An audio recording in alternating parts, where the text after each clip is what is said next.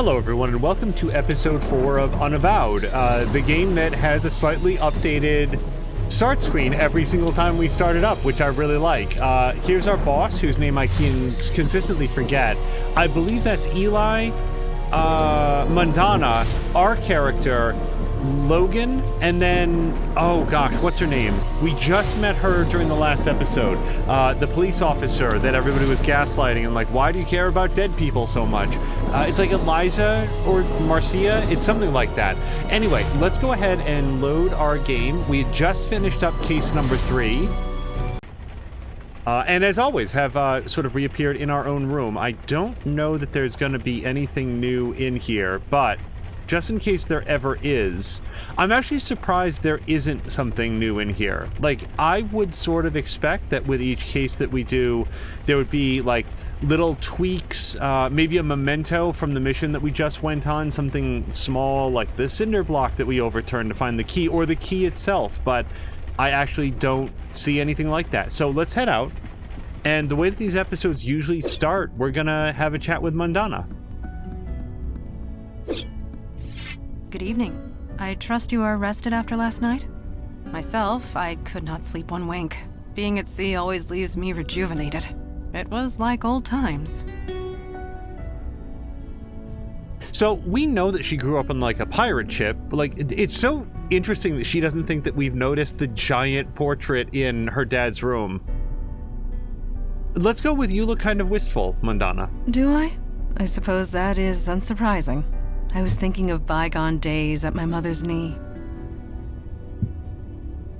So, as far as I can tell, her mother it doesn't seem like she was a djinn. I'd be very surprised if she was. Let's just go with you've mentioned your mother before. Have I? I suppose I cannot help it. I do not often dwell on the past, but I dare not forget it. I am the daughter of the Pirate Queen of Ulster, and her legacy lives through me. Speaking of which, I must continue my training. I will see you at the meeting. Oh, wow. That's right to the point. And more to the point, hello to Caroluna and everybody raiding over. Inner Tooth, Maxine, you're coming in right at the start of episode 4 of Unavowed. We haven't even yet discovered what our next case might be, but I was lurking during your Farming Sim stream, Caroluna. I hope you had a great time, and I hope your viewers had a great time watching. Let's see. Could we talk a bit more first? We may. Oh, Vicky. Wow, I was way off. What did I say, Marcia? It's not even close. I think the only letter was like the C in the middle. So, let's start with, how is Vicky settling in? We have spent the morning conversing. She seems quite eager, anxious to prove herself. I have seen her sort before. Recruits like her are the first to throw themselves into danger, and are the first to get themselves killed. I have grown fond of her. I hope that does not happen. Have you maybe talked to her a little bit about that? Let's ask generally for some thoughts on the last mission. Harrison's death was not your doing. Do not blame yourself. All her choices were the result of selfishness and greed. They caught up with her. That is all. Oh, I know that. No, I'm 100% comfortable with what happened to Harrison. I wouldn't have remembered her name, but no, I don't blame myself at all. Yeah, she worked hard to earn that ending for herself, and it would have been inappropriate of me to stand in her way. Carolina says, at least I had a great day. Busy day with lots of helpers running missions. Oh, that's awesome, Carolina. It's always nice when, especially if you're doing some sort of if not multiplayer, then you're like, you know, working with like AI helpers that you might have hired in the game, but everything fires the way that you want it to. Well, what else was I gonna say? Oh, right. So here's just a fun fact. This game has achievements like most Steam games do, and the Steam achievement that we got for the completion of the last case intimated something like, you know, like Harrison got away with it or something. It's like, what are you talking about? She got killed. like she very much did not get away with anything. So it's an odd Steam achievement. I don't know if that's a bug or just curiously worded. Let's ask. Mundana is non-enthusiastic about talking about herself, but I suspect she'll open up as the story goes on. Me? What do you want to know? Okay, your mother was a pirate? I did not say pirate. I said pirate queen. She had a whole fleet of ships. She ruled the waters of half of the old Irish kingdoms before she was through. Her portrait hangs in the study. She was a formidable woman, but in the end, merely human. Though it has been centuries since she passed, I still remember her every time I swing this blade on my back. And hello to, Killen is saying multi-AI. So does that mean multiplayer and also with AI helpers, or just a lot of AI helpers? And hello to Kira Eros, who says, salutations and good morrow. Happy National Book Lovers Day. I do love books, but we were actually talking here, I think it was just yesterday, it was just earlier this week, about how, a lot of our reading in recent years has been on the Kindle. And the reason for that isn't some sort of distaste for physical books. It's that after you read the physical books, you have to store them somewhere. And if you don't want them to get dusty or moldy or damaged with age, you have to spend a lot of time taking care of them. Sometimes a book is meaningful enough or it's important reference material that you might want to have a physical copy. But especially in recent years, it's all been on the Amazon Kindle. So it's just interesting to me. Again, I love books. I love reading. I don't necessarily love having a lot of physical books around because it's stuff that you have to move, shift around, pack up into boxes. Like if you've ever moved from one home to another, all of those things need to be transported in a way that keeps them in good condition. So I guess maybe it's less that I'm a book lover and more that I'm a lover of the concept of books. And I really like reading too. And Kira Eros is confirming this day isn't just about physical books. Good. Yeah, surely not, because I really love stories and, well, everybody knows this. So I don't think we have anything else to ask her about. I will do my best. And we're not going to lie. And the reason we're not saying this is if anybody's like, what the hell is this about? Mandana shared in an earlier conversation that distruth, dishonesty makes Jin very uncomfortable. She said, we cannot abide the sensation. So I'm not going to say that because why would I want to make her or anybody feel bad? Thank you. All right, downstairs.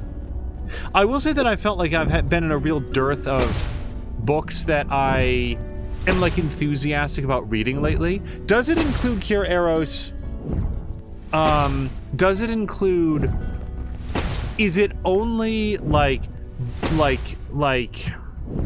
does it also include comic books and graphic novels and collections of short stories? Those are all books in my view, but I don't know if this is specifically for just nope, no picture books, no pop-up books, just I don't know, serious books. Hey there, you're awake. Sounds like you had quite the harbor cruise last night. Most people would pay good money for that. I'm gonna go with I didn't do much sightseeing. You mean you didn't glance once at the Statue of Liberty? I guess you're a real New Yorker after all. But seriously, the brass ones on that guy, showing up in the middle of the harbor like he did. Supernatural creatures used to be more skittish. They worked in the shadows. They're getting braver, bolder, and if that goes unchecked... Sorry. Well, we know where that leads, don't we?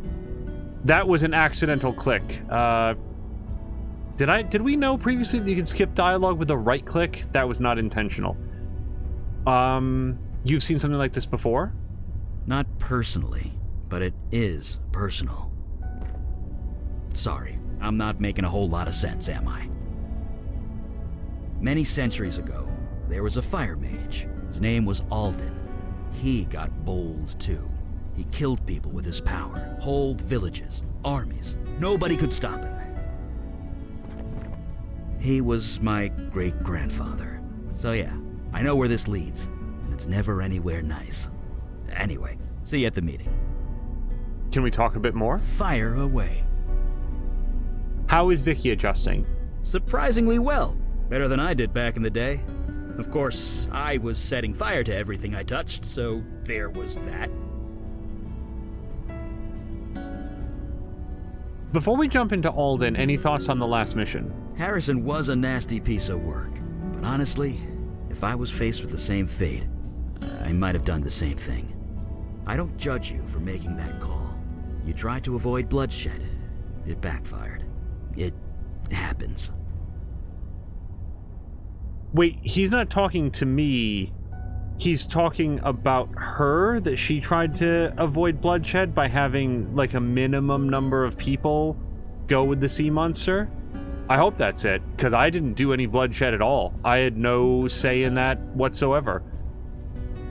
I mean, yeah, we voted for her to die, but, like, what else were we gonna do? She had mesmerizing mind control powers. Seemed pretty dangerous. Also, she played real fast and loose with the lives of others. I said, okay, then you go fight the war that you were conscripting others to do. Yeah, I guess I can't casually mention an evil fire mage and not expect a follow-up question. Like I said, he's my great-grandfather, or was. He's dead now. And also, Kira Eros, wasn't it yesterday or something? Wasn't it like National Cat Lovers, National Cat Day, National Pet Your Cat Day? It was something like that. As I decide what to click on, I'm always interested when people are like, oh, I'm a dog person or I'm a cat person. I really like dogs and cats. I always thought it would be cool to have like a pet rabbit as well, but I'm not sure what's involved in like teaching a pet rabbit not to like just go to the restroom wherever. Like how I'm sure that they're trainable. I just don't happen to know what the process is. Well, what happened to your grandfather? He was brought down. It was inevitable, really. Alden got too bold and too powerful. Someone had to do something about it. So the families of his victims got together. They made a deal with the Fae of the Unseelie Court. How they did it, I don't know, but they turned themselves into hunters.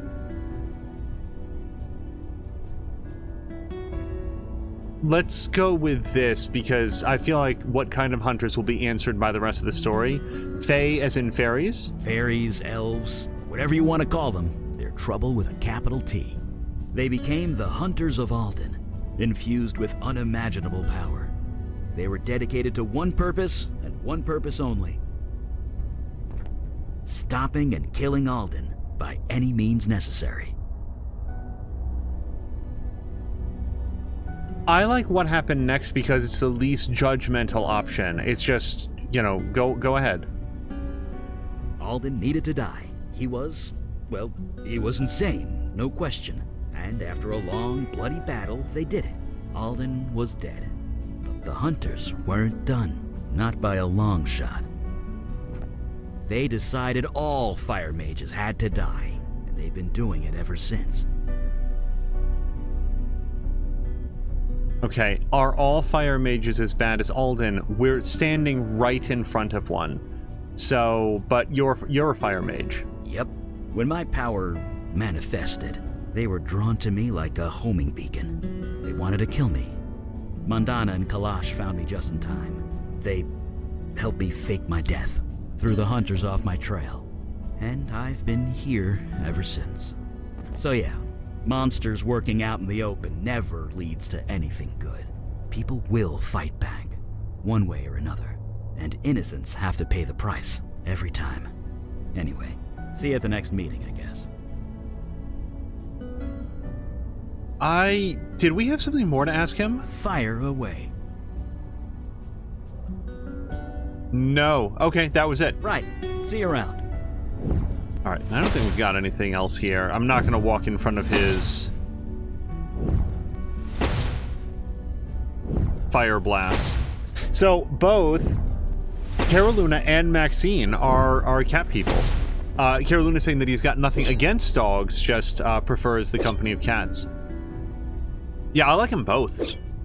And also, like, there's so many different breeds of dogs. I have a friend who is...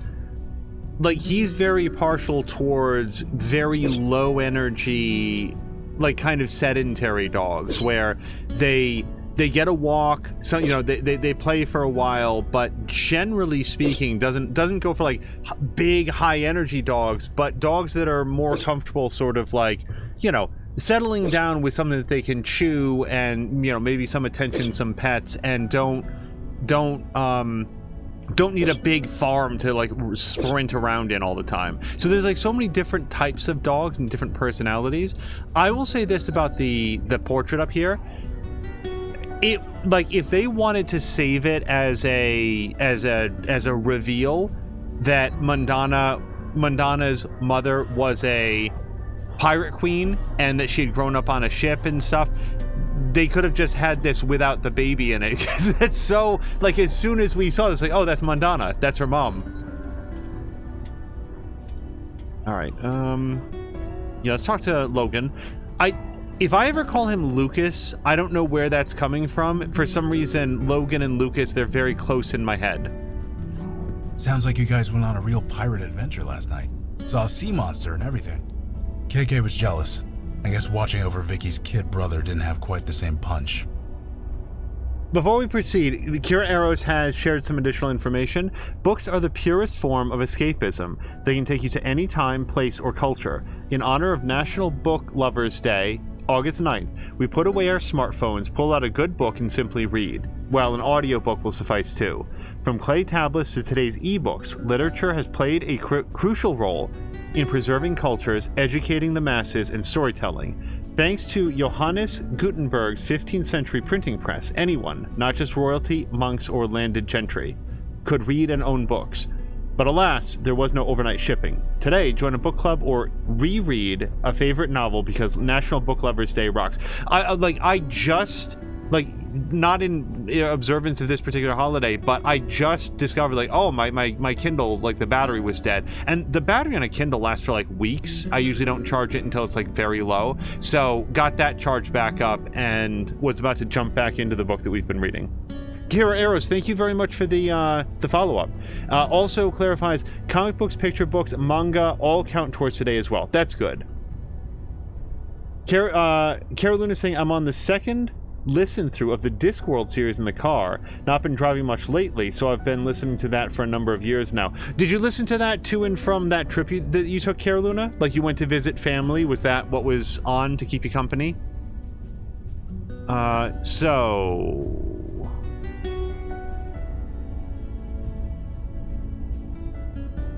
I'm gonna go with I'm sure there's more monsters out there. Hear that, KK? Something to look forward to. Anyway, I'm ready when you are. Give a shout when the meeting starts. I'd like to talk a bit first. I can do that. I don't want to see the picture again. Any thoughts on the last mission? Shame about how Harrison ended up. I suppose in her way, she took some responsibility for what she did. But in the end, it was her choice. We don't need to take responsibility for it. I feel like everybody has a different memory or experience with what happened than I do.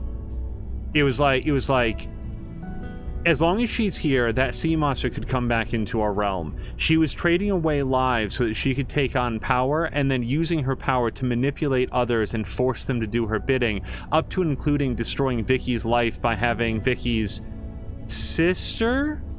Yeah, it was Vicky's sister and the husband of that the wife of that bartender, and just like wishing them away. Like, not only were they killed by being sent to fight this war for the sea monster, but then when they were dead, everyone was just like, oh, well, we're forbidden from thinking about that, so we can't even grieve properly. Like, that's monstrous. So yeah, I came along and I said, if you're gonna do this, then you have to go fight in that war as well. It wasn't really her choice. I mean, it was mine, but I don't know why I would possibly feel guilty about putting a stop to her murder spree. Like, here's the thing. She wasn't even contrite about it. She didn't even feel bad. She didn't feel guilty. She's like, well, somebody else would have done it worse than I did. Or just alternatively, maybe somebody would have not done it at all. So go to hell. Anyway, can I ask you about KK? And we're not going to ask how KK died. She says it's okay, so go ahead. Is she with you all the time? And I think that we've seen her go off on her own. Yep, pretty much all the time. She can't travel very far from me. Maybe a few hundred feet, half a block at most. So I couldn't shake her even if I wanted to. Not that I would. She's good company. So it's not awkward having her around all the time? I feel like I would word that a little bit differently. Like, does it ever feel awkward having the spirit of a small child around, just near you a lot of the time? Nah. Like I said, KK's good company. See? She just made a farting noise with her mouth. More fun than Sammy's on a Saturday night, let me tell you. I was just thinking this. What about if you have, company over? You used to be quite popular at Sammy's. Jesus. You say that like it was a good thing. I had no idea who or what I was going home with most nights. I'll tell you this though, since I got sober, company hasn't been much of an issue for me. I just haven't wanted to. I couldn't tell you why that is, any more than I could tell you why I hooked up so many times when I was drinking. So having KK around hasn't cramped my style. At least, not in that way. Okay, hey, fair enough. You got it. Okay, that's it. Talk later. Now, where were we? Now, let's have our first, hopefully, non-contentious conversation with Vicky.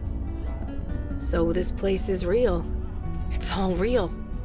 When I got up this morning, I thought I dreamt it all. But everything's changed. People are remembering that people died. I heard Vinny crying all night.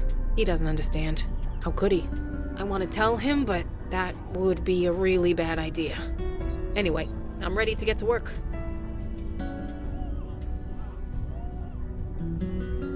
Are you settling in okay? I'm fine. Just show me the monsters and I'll take them out. And how's Donnie doing? Donnie? He's super pissed. He's not sure what happened, but he knows he was tricked. He's doing his best to make it right. Not that it really can be made right. What's happened on Staten Island since we left? Also, did anybody else notice the giant, 30-foot tall sea monster? The station's a madhouse. All the victims' families are flooding the place, demanding answers. The cops don't know what to say. You'd think I'd feel a bit of, vindication or whatever. But I just want to move on. And do you have any thoughts on the last mission, which was your first mission? I can't change what happened to all those people, but if I can stop it from happening to anyone else, I'm ready and raring to go. I very much like her accent, and I just really enjoy it. And it's interesting to hear someone who has such a definable New York accent, given that everybody else here has been in New York for a super long time, but doesn't really have that going on. Right. Catch you later. Okay, let's talk with Kalash, right? That's his name? I always forget this dude's name. I have been reading the reports of your last mission. It has been a long time since I have seen one of the merfolk. To hear they are so changed distresses me greatly. Can you imagine talking this way? Or being able to talk this way? Wouldn't you spend all of your life going up to drive-thrus yes, hello, I would like a Big Mac with cheese, and also a large order of fries. Just all of the time. It'd be so funny. Hello, yes, I'm looking to hire a babysitter. Okay, so we're always going to go with the bartender option. I don't think that Kalash does need to talk, but let's go with this. I thank you for that. The past and the present are sometimes difficult to reconcile. The merfolk once lived in harmony with humanity. This is several thousand years ago, of course, but they were peaceful, playful, loyal to their allies. All they asked in return was to live in peace. Now I hear they are fighting for their lives, fighting wars, building armies. I suppose our world is not the only one which has evolved. Regardless, one must not live in the past. If you are ready, we will start the meeting. So we're going to call the meeting, but it's like, having Laura Bailey do her Vala voice, or Matt Mercer, one of the voices that he could do. Do they ever just do it for fun?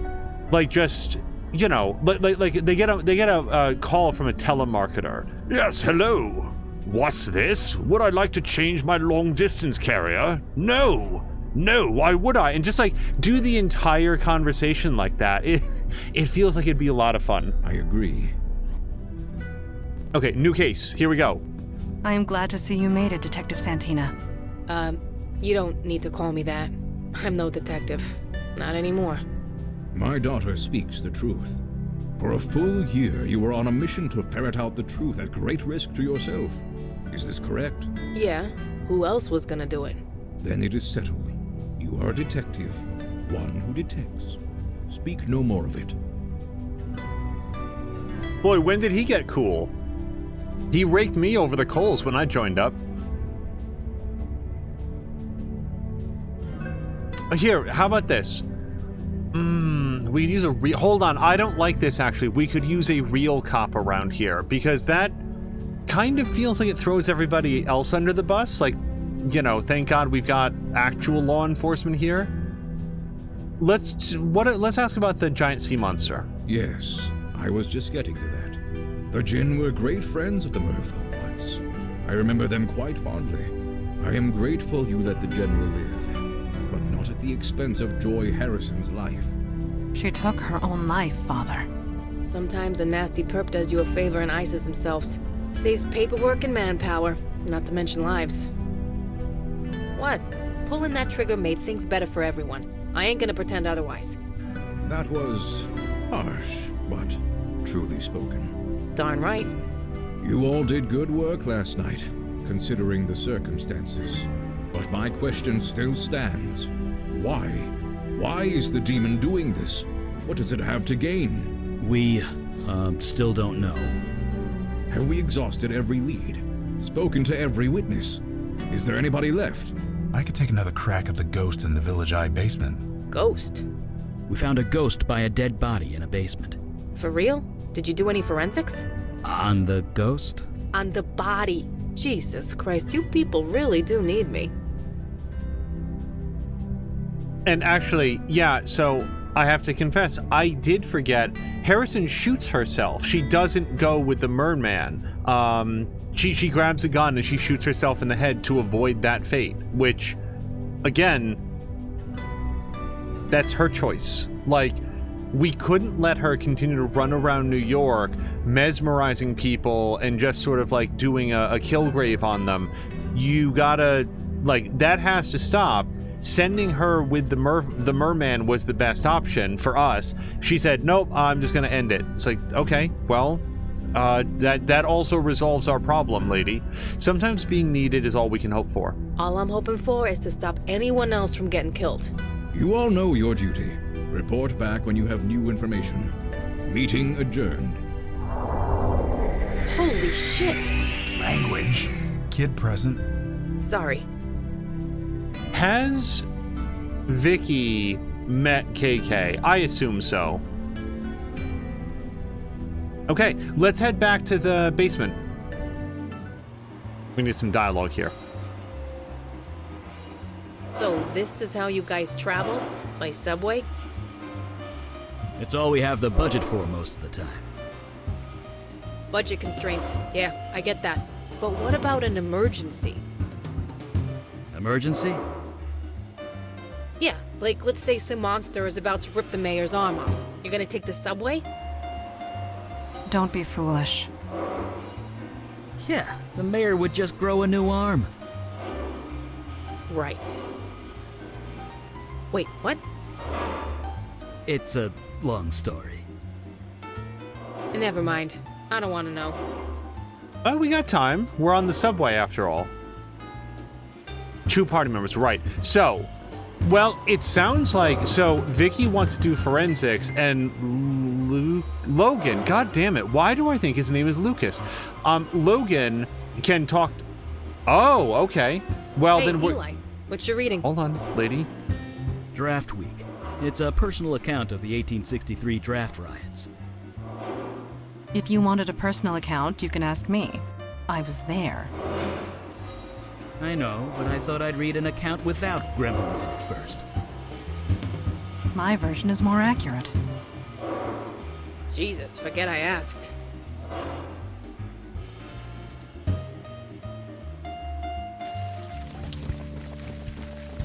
So I was thinking that we'd want to have Logan along to talk to the ghost and Vicky to do forensics on the body. Since we must have either Mundana or Eli, let's bring Eli because we just did our last mission with Mundana.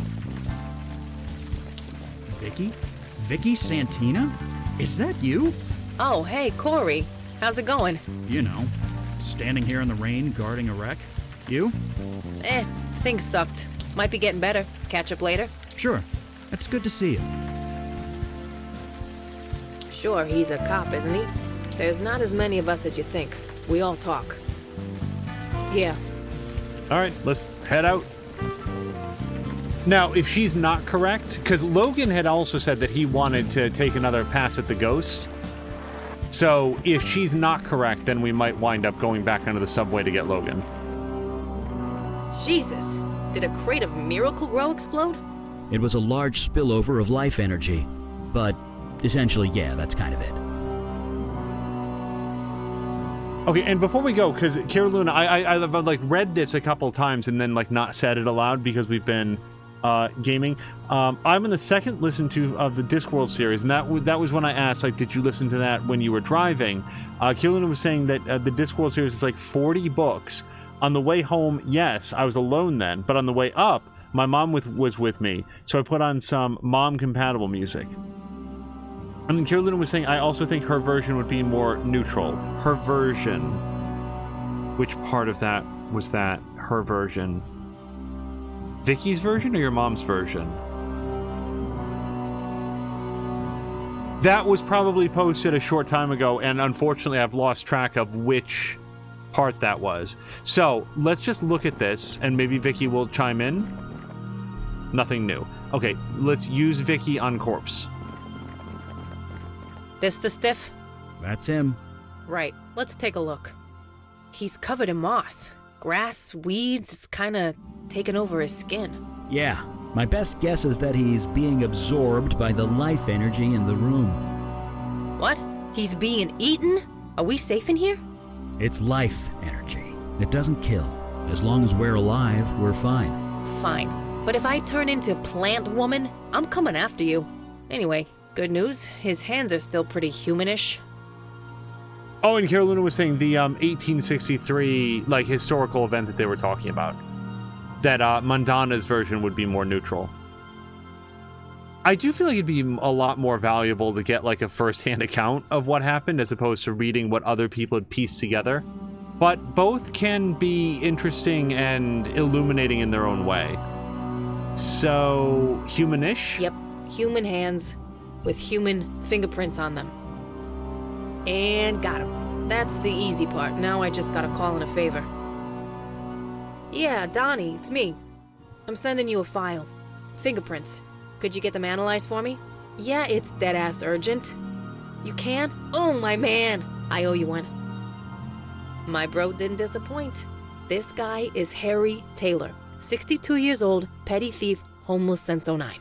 Dropped off the radar about a year ago. I guess we know what happened to him. That's about all I can do for now.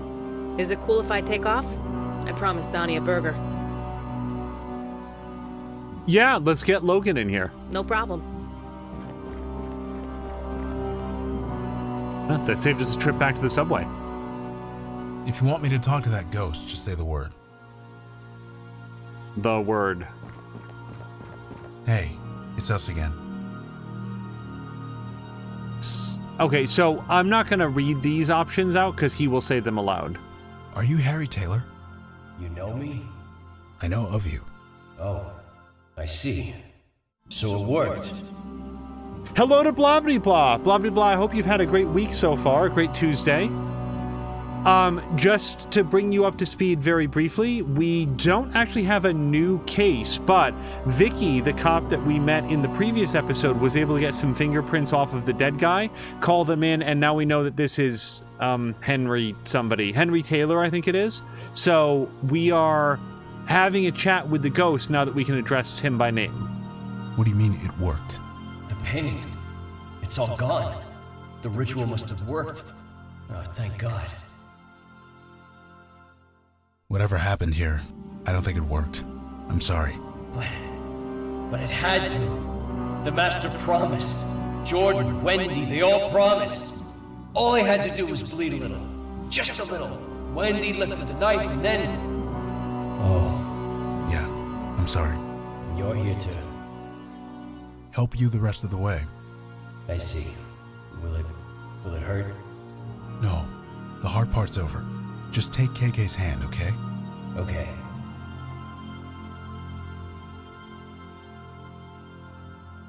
All right. He's gone. Does that usually happen? The body. No, that never happens. Maybe we should get out of here? I was about to suggest the same thing.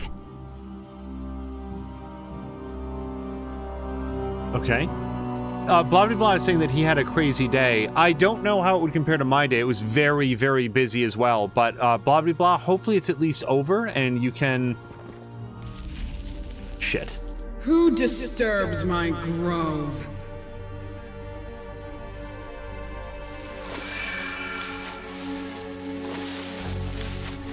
Ah, Melcaressa, it is you. I was wondering if you would ever come back. Have you brought more worshippers at last? Okay. I feel like we just found the name of the demon that possessed me. The ones you gave me. Surely you remember. That spirit was the only worshipper I had left, and you destroyed him. Worshipper? That was no worshipper. He was just someone who needed help. So we helped him. A bestower. Rare as hen's teeth you are. You cannot resist your nature. I cannot fault you. Nevertheless, Melcaressa and I had an arrangement. Quickly, blah blah blah is saying that he was making a new CV, basically a new resume on this website at 1 a.m. and I did not notice that it was published after finishing. So I was very surprised to get a few calls in the morning. But long story short, I have an interview tomorrow. I got invited for a position which would have a 40% pay increase. Blah blah blah. That sounds very exciting. I hope it's in like a field compatible with what you're interested in doing. Whenever you're getting sort of like a call like that, don't hesitate to like look up some details about the company or the employer to make sure that it's, you know, in line with what you expect to be doing. But that's awesome news, and I hope it goes well. What arrangement? Have you forgotten everything? The power to heal in exchange for worshippers. That was our arrangement. Do you intend to honor it? Look, whatever deal you made, it wasn't with him. The fire mage? I thought Alden's hunters put you all to death. You keep interesting company, Melcaressa. I believe I understand now. You joined them, the Unavowed, the ones who banished me to the North Woods.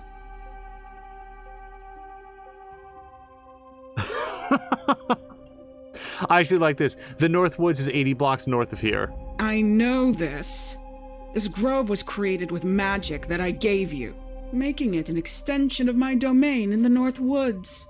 Completely in line with the terms of my banishment, if not the spirit of them. But that's Jin's for you. Always so literal. Wait, Jin? You saying Mandana banished you? I speak of Kalash. Does he still live? Never heard of him. Sure he does. I'll tell him hi. We're done here. Now let us go before I burn this place to the ground. No, I don't believe so. Jesus! Bestower, Melcaressa, you are free to go.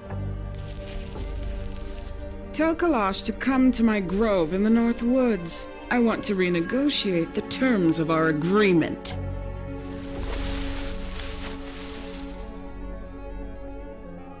She pulled him down through the cement Berlin floor. of the North Woods. It has been a while. It should have been me. Why was I left behind? Eli is not a fighter. Leading him into danger was irresponsible. And would you have fared better? I do have some experience in combat, Father. You weren't there. It happened too quick. There's nothing you could have done. Perhaps. Perhaps not. Guys, we need facts. We need data. Who is this tree lady anyway? You said you imprisoned her. It was centuries ago. This city was just forming. It was taking over her forest. She resented it. She was a danger. She was hurting people, killing them. She had to be contained. And hello to Jab, who's going to be in and out lurking because he's finishing a game and crafting. Blah, blah, blah, saying, I looked away for 1 second. What happened to Eli? So Eli got snaked by some, like, vines, and he just got pulled down into the cement floor. Presumably based on what, whatever her name is. Mylene. I think that they said that her name is Mylene. That he's being held someplace pending the successful negotiation of her banishment. How was she able to overpower Eli so easily? Good question. Can't Eli throw fire? How'd he get taken by a thing made of wood? Galen is cunning. Her experience extends back thousands of years. If she could not defend against fire magic by now, I would be disappointed. But rest assured, Galen will pay for taking Mage Beckett. She said she wants to... So, like... I don't know that I would have recommended killing her if containing her was a different option. And after all, whatever he did, Kalash, whatever he did with Galen has worked for hundreds of years. Like a really long time that's been successful. So we're going to skip past that.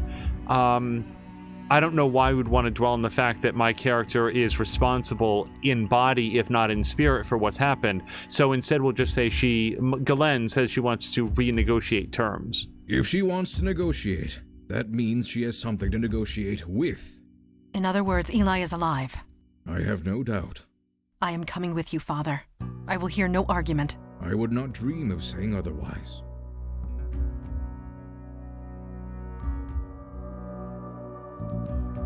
Probably a trap for Kalash. I feel a little bit bad about not choosing these options, but you know what? Let's at least do this one. Okay, I'll tell you what. We're gonna go through all of them. Contained, why didn't you kill her instead? We are not butchers. She pleaded for mercy. I gave it to her. It seemed like the best course of action at the time. I agree with you. And my demon let her out. Terrific. Only partially, but perhaps that was the intent. To free Galen. But why? A discussion for another time, after we rescue Mage Beckett. So this is a trap, right? Obviously a trap? No shit. You don't invite the enemy to your door without a reason. You forget that I defeated her once, when her forest covered this entire island. Now she has only a tiny grove.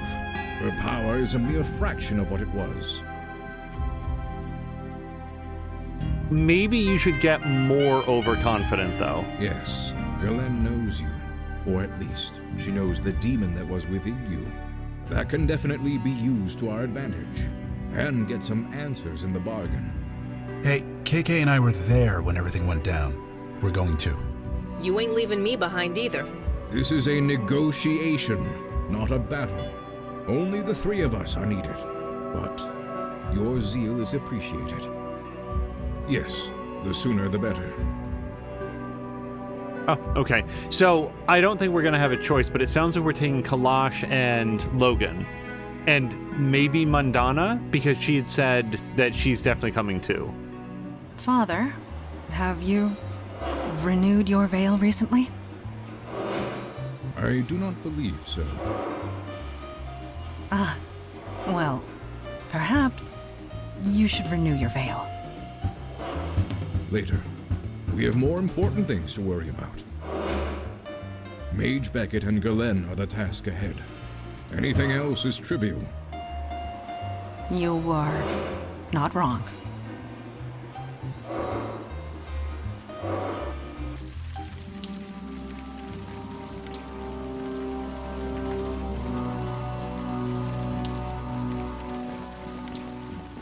Galen, you have requested an audience.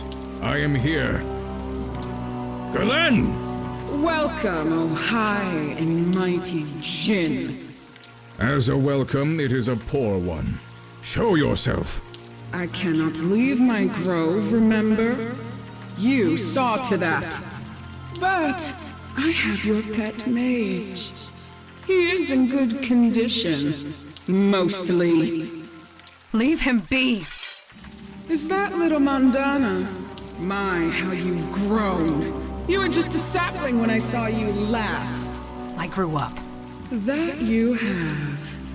You keep interesting company, Kalash. Come to my grove. We have much to discuss. Sheathe that sword. She is baiting you. We are here to negotiate. With all due respect, Father, words will not work with her, and you know it. Eli, stay strong. Montana, stop! I blame her mother for this. Let us follow her. Did these woods always glow like that, or is it because you're void touched? I was gonna ask the same thing with this omnipresent red glow. A brook of pure crystal water cascades into a little pond. Kalash glares holes in you, urging you to move forward. Hey, Kalash, let's have a chat just first. Stand there. Wait, you want me to, like, rush ahead like your daughter did? A sprinkling of purple foxgloves.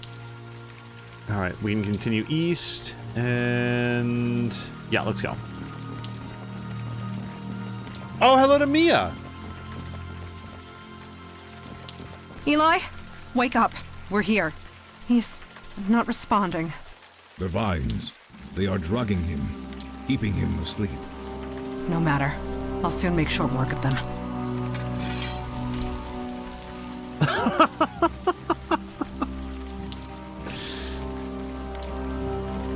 Don't just stand there.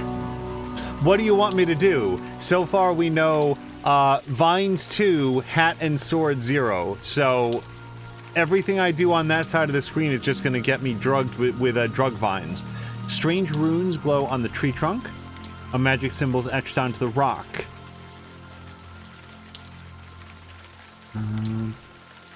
Eli's hat lies forgotten on the ground.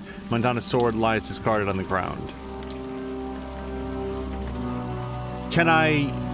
okay, I guess I'm gonna go try to untie him with my hands. I don't know why this would go better than slashing them with a sword. It will take mere seconds for my pets to crush them to death. Can you free them in time? Galen, show yourself. Mia, thank you for doing the shoutouts. Kalash, you've gotten old. I have evolved. You are just as petulant as ever. You expect me to be overjoyed to see you, grateful? You took my forest and I want it back! Free Eli and Montana, then we'll talk. You are in no position to bargain. What do you want, Galen? What does anyone want from a djinn? I want a wish.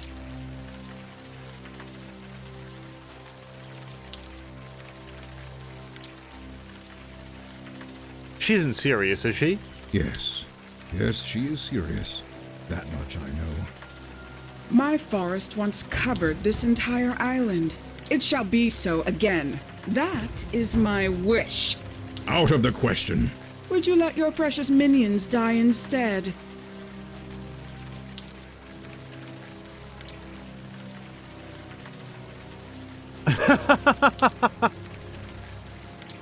I like the third option. Wait, you can turn New York into a forest, but you can't just kill her? Like, this was not a question that I had because a lot of times Jinn in stories can only exercise their power in the form of a wish. I guess maybe he could give my character a wish, but my character was last possessed by a demon, so that seems like something that would be very dangerous to do.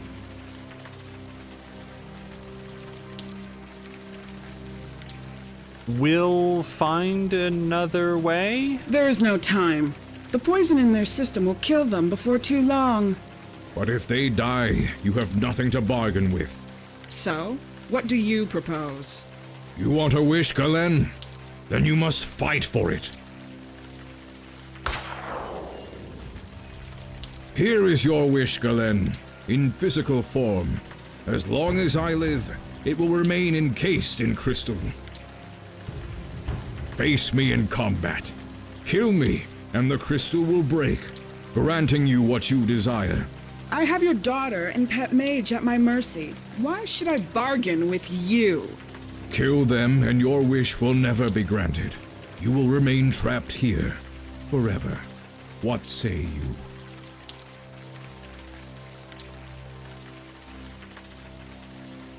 I think this is very literally true. Eli and Montana wouldn't want this. I don't serve them. I serve the Unavowed. I cannot let them perish, not while it is in my power to save them. The traditional rules of engagement apply. They do. Then I accept. Let this man be the witness. It is done. Then let us begin. I am ready, Kalash, whenever you are. If you are going to strike, then strike! I have the patience of the forest. I can wait centuries if need be. Having second thoughts, O mighty Jin. Well, I know that, but... I see. Your battle plan is to stare me to death. You will not disturb the battleground. The rules of engagement must be obeyed. Okay. If you are going to strike, then strike. Okay. I think we'll have to go ahead with what it's telling me to do. I have the patience. I cannot. Okay. I cannot. I can't imagine he'll do anything different. I feel like striking her is the most obvious thing and also going to give her exactly what she wants. Okay. I can look at that. I can't touch that. Let me just... Oops. Do not distract him. I want his full attention. Stay out of this, child. The adults are talking. Okay, I feel like we've really only got the one option.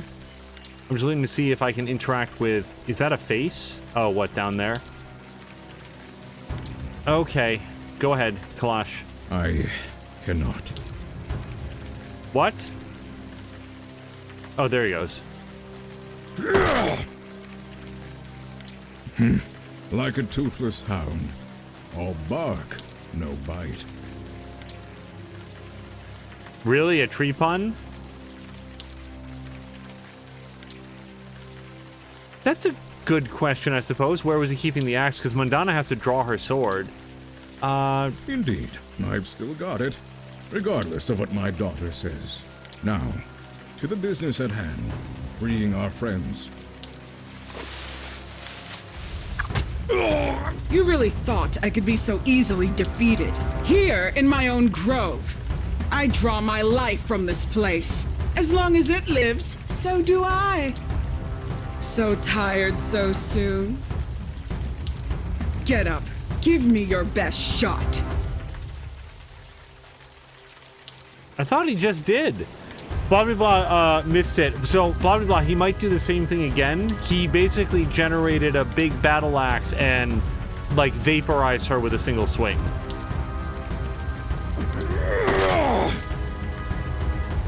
I feel strange. Something is wrong.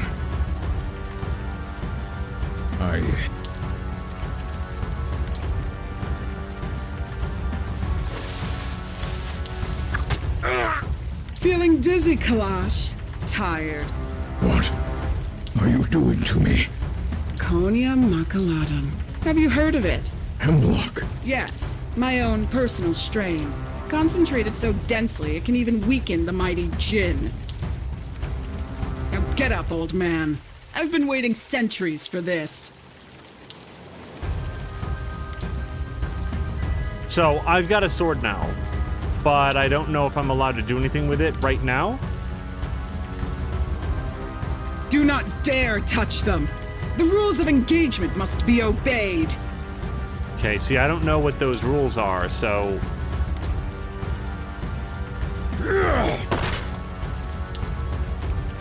This is not going as planned.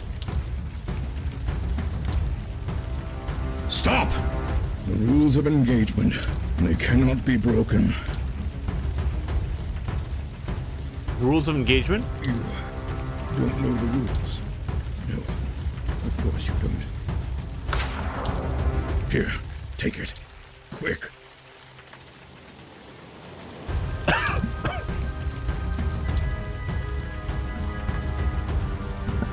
Alright, sorry. The combatants shall be known as Kalash and Galen, The prisoner shall remain incarcerated until one of the combatants is dead. Whomever deals the death blow shall be declared the winner. The winner shall have their wish granted.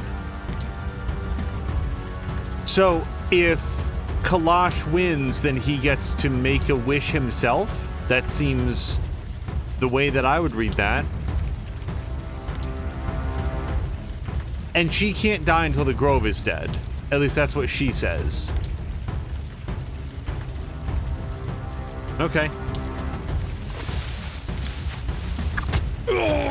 Don't worry. With bed rest and plenty of fluids, the toxins will just drain out of your body. But you have to kill me first. Now get up and fight.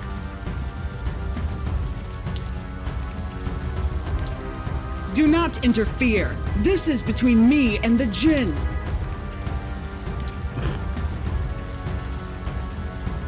Back off, buddy. Oh, okay. Can I cut up the rules of engagement? No. Can I hand the sword to Kalash? I told you, do not interfere. Do not break the rules of engagement. It tingles slightly at your touch. Can I smash the... It doesn't say anything about this wish. No. Can I use Kalash on wish? I cannot. No, there's a long list of things that he can't do. So I can't attack her with the sword. I can't give the sword to him. The hat is not interactable. I mean, I guess we just keep going with this then. Maybe I killed her this time. Yeah, that's probably the time that it happened. Can I scratch off the runes? Whoops. I've waited centuries for this, Kalash. I thought of nothing else but your death at my hands. Bonnie, I haven't thought of you at all. And now you'll think of nothing else until you die. Now get up. So when we knock her out, we've got like a limited window of time to do something. This is as far as I know. Nothing happens. Is that a face? Magic symbols on the rock. This one is non-interactable up here. The combatants are known as Kalash and Galen. The prisoners shall remain incarcerated until one of the combatants is dead. Whomever deals the death blow shall be declared the winner. The winner shall have their wish granted. Okay, so this doesn't say that one of the combatants has to be declared the winner. And I can't do this. Final warning. Do not interfere. All right, I'm going to get vined if I do that again. And I can't talk to her. Hush. Let me savor this. Do not destroy. If you are going to strike, then strike. Oh, sorry. I have the patience of... Okay. I don't know how many swings I've got left in me. So I'm going to... Stop it. Stop. Kill him with your sword. The terms of engagement. You found the loophole. Whoever deals the death blow is the winner. Yes. It is not specified who deals that death blow. Only that it be dealt. Clever. Worthy of any Jinn worth the name. I cannot defeat her. That is the truth. So do it. Be declared the winner. You will be granted one wish. Use it wisely. Through the neck. It is quickest. Hurry, before she reforms. So I'll just wish you alive again when I'm done, right? No, the wish will be powered by my death. Negate that, and the paradox could tear a hole in the universe. You will be given a great power. Please don't waste it. Mandana will never forgive me. She is my daughter. She will see the truth of it. So the fact that this exists on the screen makes me very concerned there's another option here, but I cannot possibly imagine what it would be, so we're going to take action.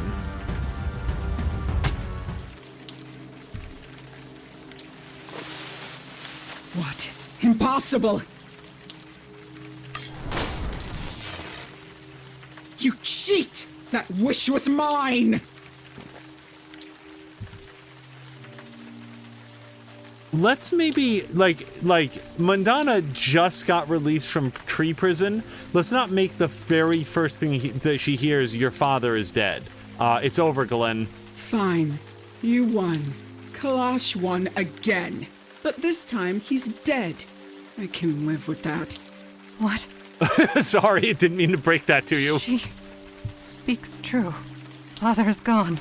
And good riddance. Trapping me here. Did he think I'd stay quiet? I would highly recommend it. Fine. Leave. You have your precious wish. Do with it what you will. Okay, so we have to spend the wish right now. I wish for this grove to be one of peace. You will harm no one ever. I wish for you to be turned to stone. Let the park dogs piss on you.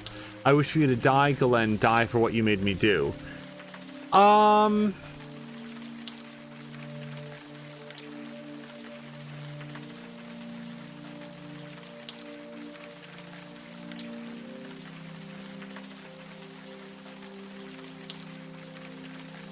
Dude. Okay. If she turns to stone, like I'm always thinking about, like, what are the weird little loopholes that, like, Jinn wishes get made out of? If we wish for her to be turned to stone, right now she's twigs and sticks. But what if she could also be stone? What if she just happens to like being twigs because she's a forest nymph and she can just be stone and she'll just walk around and be a jerk about it? I wish you to die for what you made me do. Wouldn't that also kill Central Park? Because if she can't be killed as long as Central Park stands, that feels like it would just burn the whole of Central Park, and that seems pretty bad. So I feel like we need to wish for this grove to be one of peace. You will harm no one ever. I mean,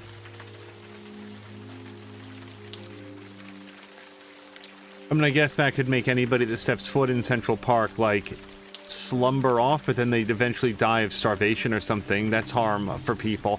I feel like this is our best bet, the first one. Sweet. Well-intentioned and futile. Yes, I remain trapped here, but your precious Unavowed remains crippled. I consider this a victory. I will find a way out again. It may take centuries. It may take millennia. But I will find a way out. You would let her live? After everything, you would let her live? Mandy, Kalash wouldn't want. Don't you dare tell me what my father wouldn't want. Not even I know that. I am sorry. No, I am not sorry. My father is dead. I want to go home now.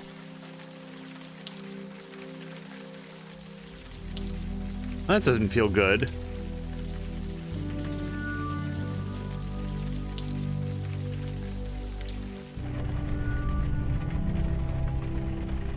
So normally this is where we'd save at the end of of a mission, but that was a very short one, so we are gonna continue here. It doesn't look like there's anything new in the room. Oh, I will save it though. Save game. Case 4 solved. Quotation marks. Okay.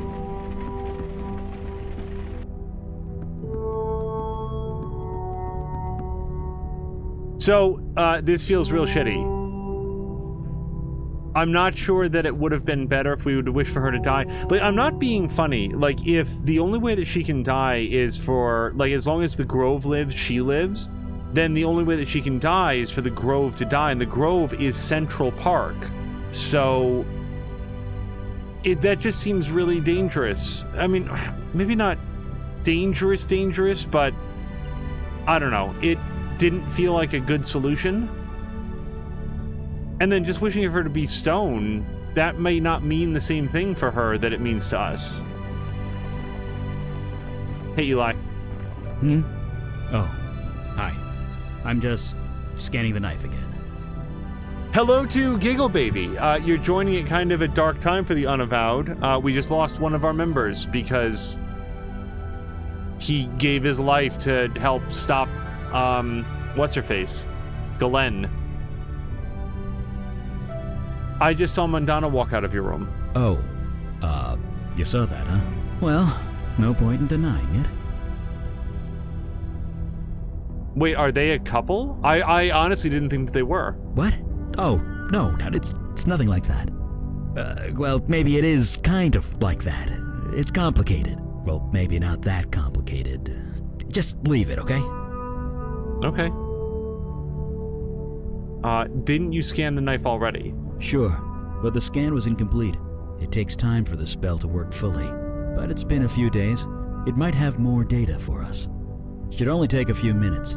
I'll let you know what I find at the meeting. Are you alright? Me? I'm fine. I'm working. So yeah, I'm alright. You're obviously not fine, Eli. You don't have to pretend, not with me. I'm not pretending. I'm just... You really want to know how I feel? I want to burn the North Woods to the ground.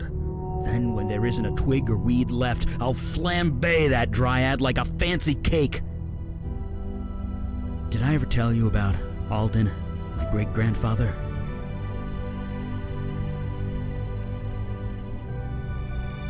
He was some kind of evil fire mage, right? Evil is one word for it. He was a terrible force of nature.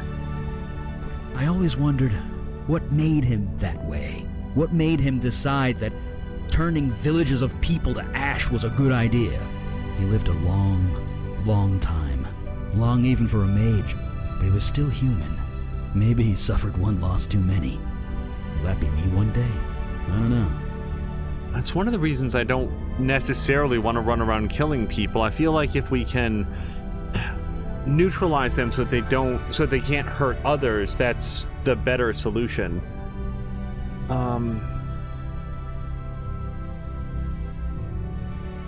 Plenty of people suffer, they don't turn evil because of it. They don't because they can't.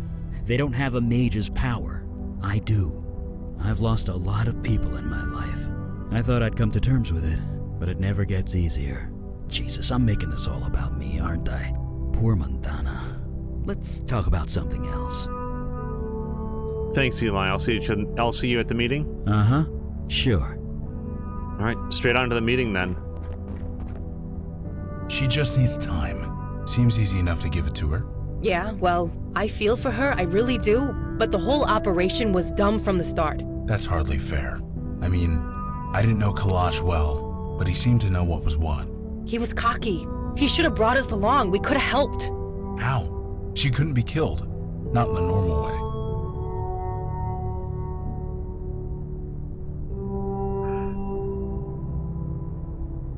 You couldn't have stopped her. I mean, you know, there's only two people in the room that are just like regular dudes. Like, he's a medium, at least. He can talk with the dead. Vicky and my character are just like void touch, so they can see things, but we don't have any special powers. You couldn't have stopped her. She was too powerful. You can't know that for sure.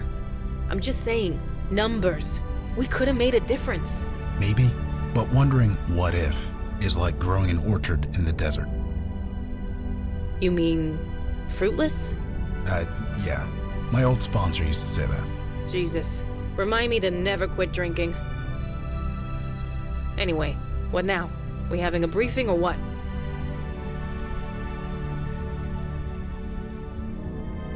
I'll talk to Mandana. You sure that's a good idea? You're the one who... Well, never mind. You do what you think is best. We'll be here. Just call us when it's time. I feel like it has to be my character. Like, he's the one who, like, made the call. Just give us a shout when it's time. Okay. We're headed in.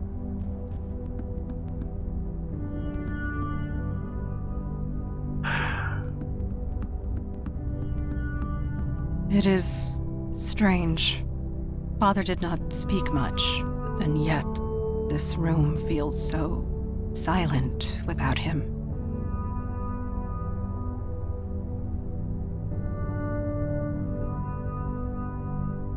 I don't think that we would open with... I'm not even sure that we would raise the topic of her seeking comfort in Eli's arms. That's really none of our business. She's clearly not going to be okay. Let's just open with, do you just want to be left alone? No. I shed enough tears last night. I will not indulge in more self-pity. Not yet. We have a demon to find. Doing otherwise would dishonor Father's sacrifice.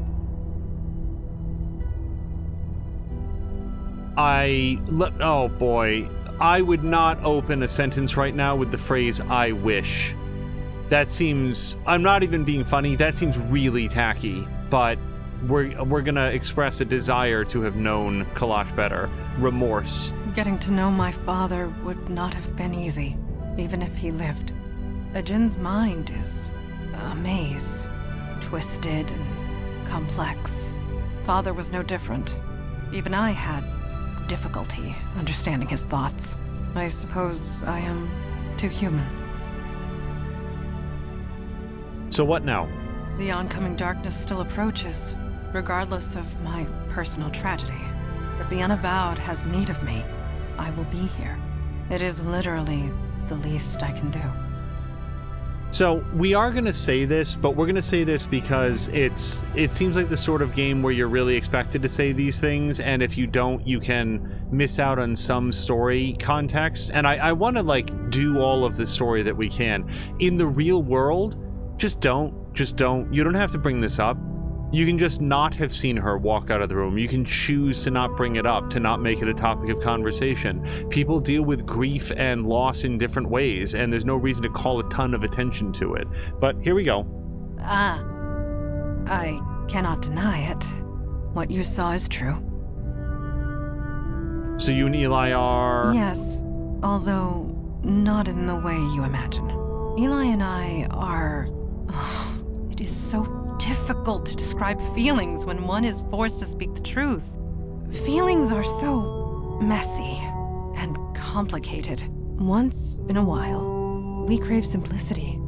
Eli and I give that to each other, once in a while. And last night, I needed simplicity. Please, let us speak no more of this. You got it. Let's start the meeting. Yes, it is time.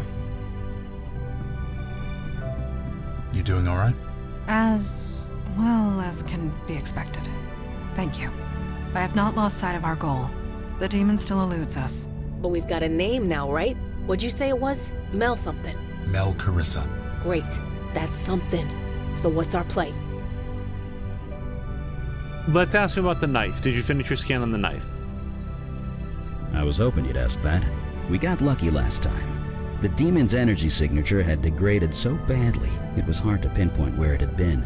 But this time, I had its name. That made the scan 10 times more precise. So you found more locations? Better. I pinpointed the point of most activity. The demon went all over the city, but there's one place it kept returning to again and again. I was even able to get an exact address. And that place is? 2220 Arthur Avenue in the Bronx. You're joking. You've got to be joking. Does that address mean something to you? That's the address of Sammy's bar. Really? The place where you got possessed?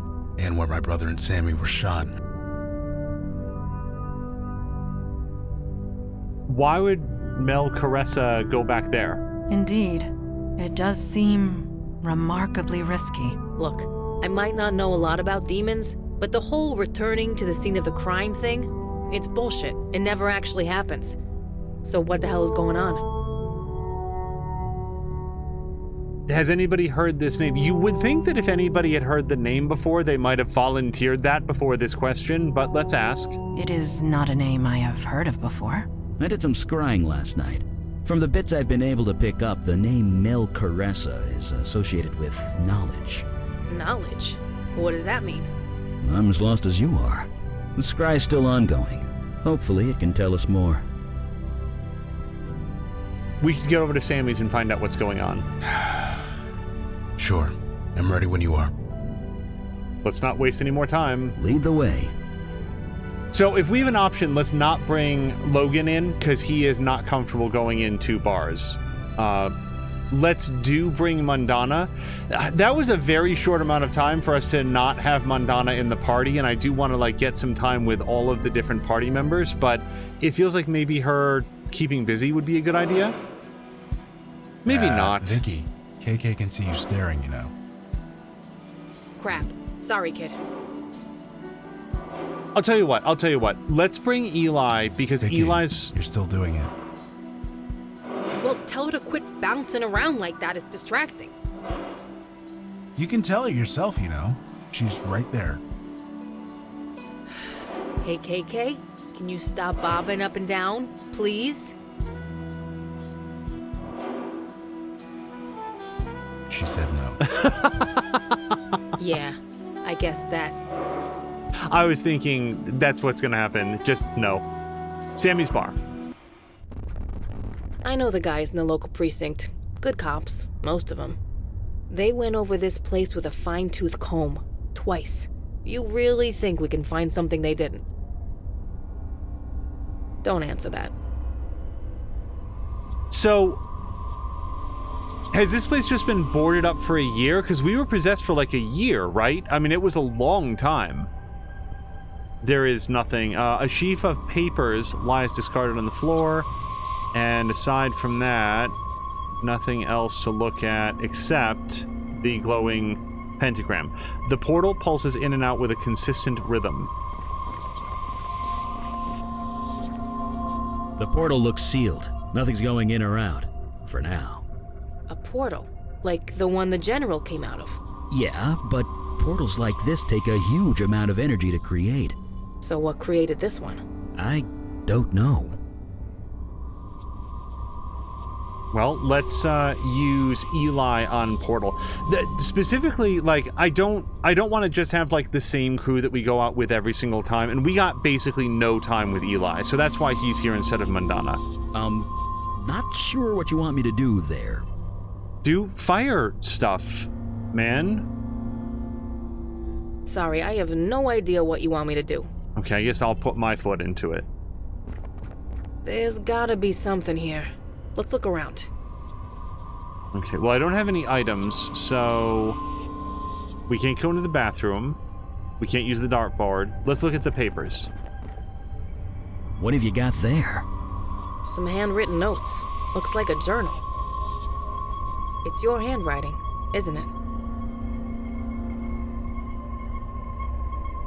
It is my handwriting. I guess that proves it. Your demon was here. Well, don't keep us in suspense. Read the thing. I have a question about why it would be my handwriting. If I swapped bodies with Mia and then I went to write something, it would still be my handwriting, even though it would be her hand writing it, because, it's my mind, wouldn't it? I guess unless writing is a reflex, but it's certainly not a reflex for me.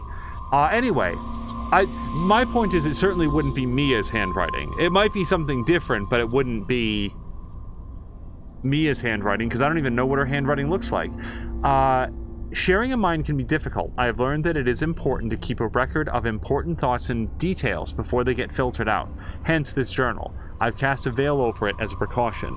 I'm still so weak. The city has become so ordinary, so mundane.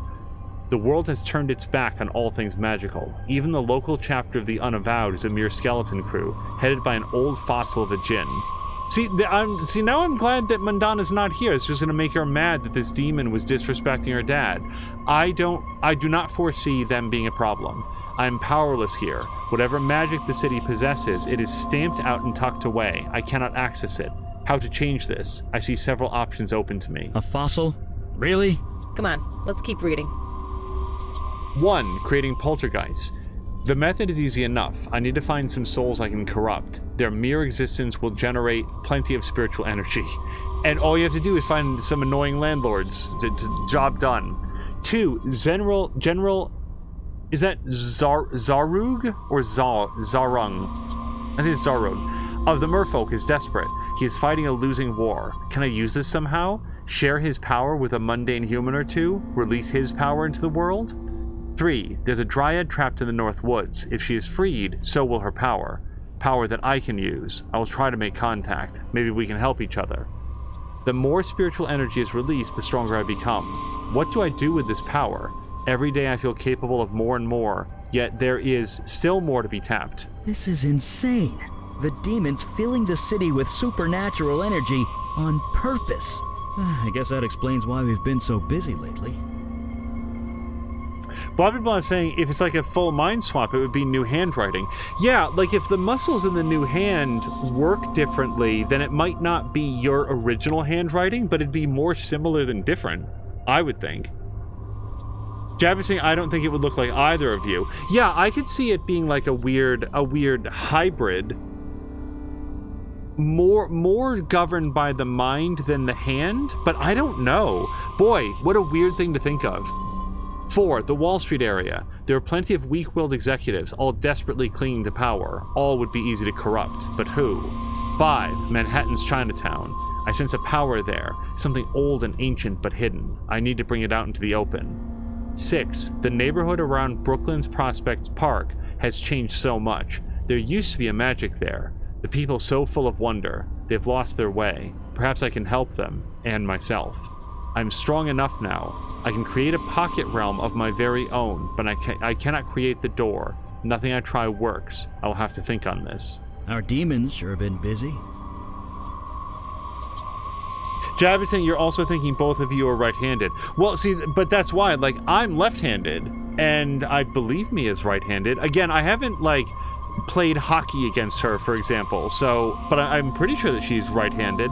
So, that, would you still be right or left dominant-handed if you switched minds with someone? We need to invent some sort of, like, consciousness transference device to figure these things out. I should have realized from the start. A pocket realm is a personal thing, only open from a place I have an emotional connection to. But where? The answer was, as always, obvious. Sammy's, the bar where I came into my new form. The portal formed quickly, held closed with the very power I've siphoned into the city. On the other side, anything I wish. Very soon I can go to work. However, there is the matter of the mind I share, and the Unavowed. Do they know of my existence or not? Did I overestimate them? This is a loose end that must be dealt with. So the demons created a pocket realm. That's gotta be where it went. You mean through that portal over there?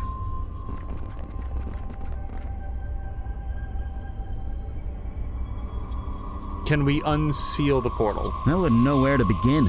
It's sealed solid. We're not giving up. If he knew how to unseal it, he would have said. Yeah, we've come this far. We ain't giving up now. There are bonds of energy holding the portal closed. I can kind of sense them. And they feel frayed. Frayed? Yeah, and pretty recently, too. Wait, this is because of us, isn't it? We're fixing all the stuff the demons screwed up. There's less mojo to hold this thing closed?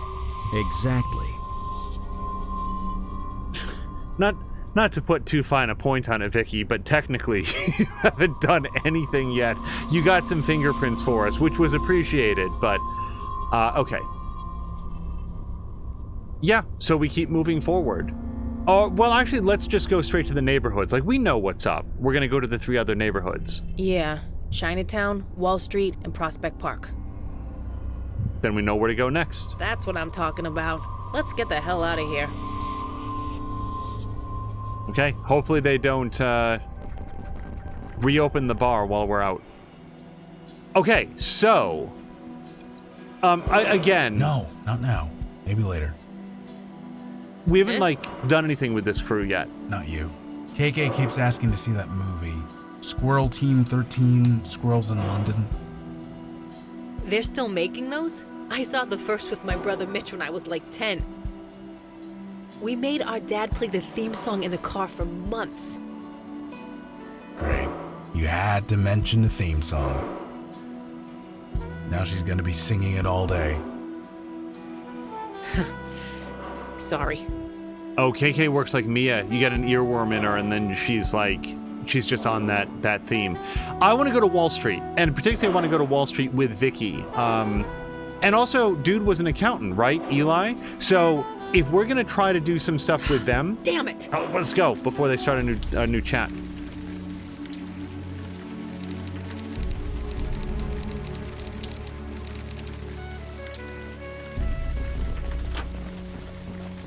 This neighborhood is so darn clean. I know. It's pristine. Everything working like clockwork. I mean, look at it. Not a single pothole or cracked sidewalk tile. How can you trust a place like this? Takes work to keep things this well maintained. You put in the work, you reap the benefits. Yeah, but who's benefiting? The city, the country, the world. If you say so. Okay, let's talk with this lady. This woman is busy attaching a poster to the wall in driving rain. Sorry, I'm kind of busy right now. Okay, she is very busy. This grand old clock peeks out of the evening mists. To Wall Street past the damp little park, and then over here would be to a downtown residential area, but right at the moment, there's no reason for us to go there. So if we go over there, I think we're just gonna be like, oh, there's nothing here. Let's go towards Wall Street. They sit in their tower, believing they are giants. That they're too important, too vital to fail. So they walk like giant. Something down on us with disgust. Are you all right? All right? Society is being consumed by a terminal poison. We've been robbed and nobody sees it. So no, sir, I am not all right. I am in great pain, as we all are. I meant with your knee. It looks like you're bleeding. I'm not sure what's going on here. Can you tell us what's wrong? Maybe we can help. Also, before we go on, Jab was saying... So Cara Luna was saying that if you went into the body of somebody who was like opposite-handed, then you wouldn't be right-handed anymore. You'd be wrong-handed. Jab is saying I'm left-handed as well, and I would bet that would really mess up somebody else.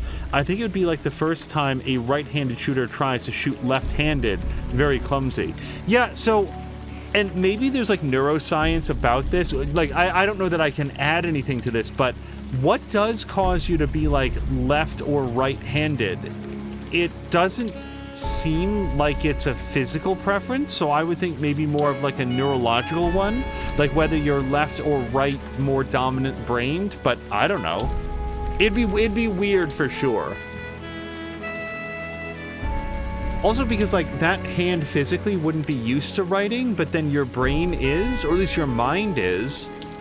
It'd be weird. Okay. Can you tell us what's wrong? Maybe we can help. Help? Can you help the ant under the fascist's boot? No. It is already too late. The battle is lost. The future has been taken, and nobody can help because they don't see. Oh, it's my favorite form of guy. Guy who says that there's a problem, but also wants you to know that there's nothing we can do about it except despair. My favorite kind of guy. And like favorite person, I guess I should say, because that's, I feel like I see a lot of that these days. They don't see, but what are you doing out here? I don't want to talk to them about Void Touched. Screaming into the abyss in the hope that someone hears me. Can you hear me? Of course we can. Deaf grandmother's 5 blocks away can hear you. You hear with your ears, but not your mind. You are asleep. Wake up! Please. Sheeple. Okay, this guy isn't going to get more coherent, so... you don't mean Void Touch, do you? He's touched all right. The only void is the dark emptiness inside the Grant City Trust. They are the cancerous tumor, poisoning society and stealing our future. But nobody sees it. They can't. What's your issue with the Grant City Trust? They are a cancer on society, taking our future, taking our lives.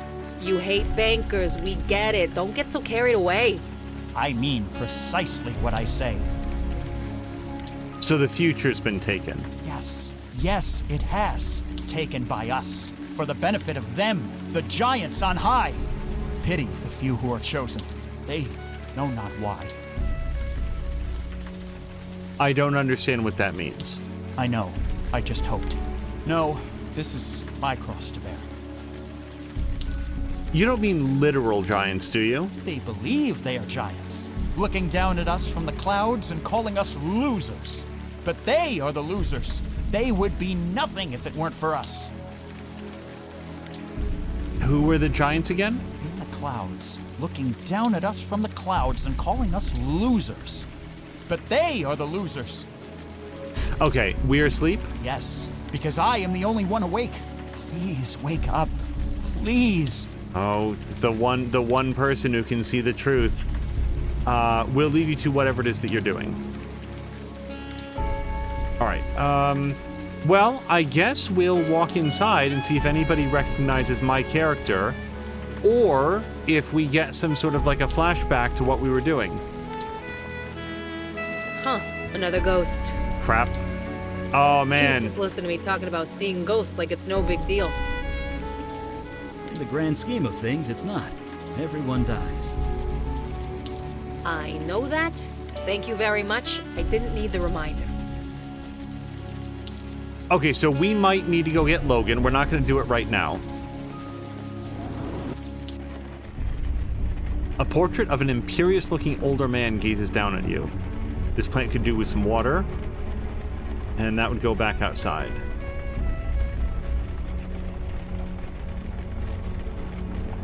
Hey, folks. Wait, are you Robbie Siegel? Yeah? Do I know you? You know my dad. You guys used to go boating. No friggin' way. Rick Santina's kid? Vicky? Yep. Hi. Don't you Santinas melt if you leave Staten Island? What are you doing here? Long story, but my friend's got a couple of questions for you. He's on the level, I swear.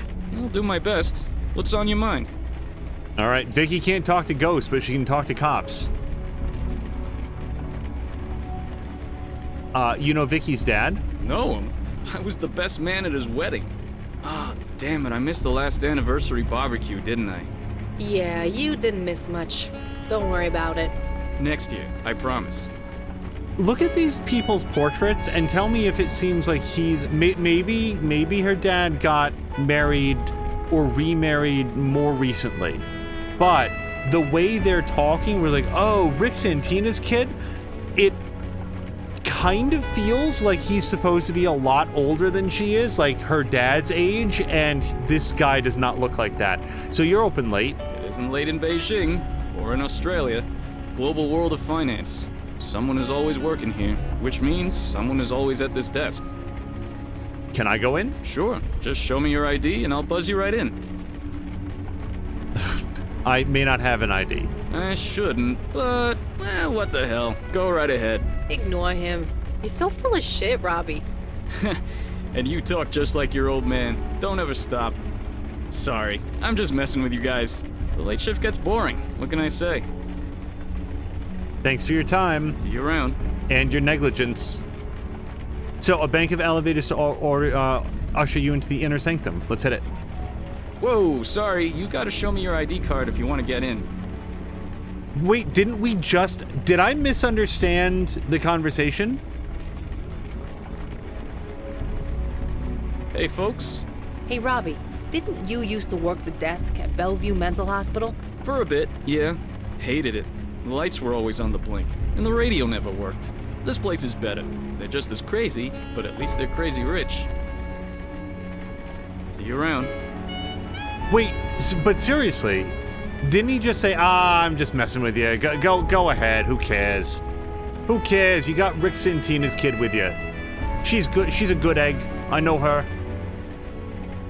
Okay, we cannot use Vicky. Vicky, you show him your ID. You have one.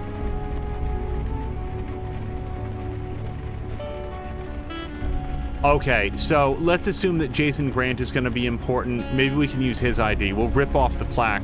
I was born in 1944. Jason Grant? That's Jason Grant? I don't believe it. You know this guy? Sure I know him. Well, knew him back in the 60s.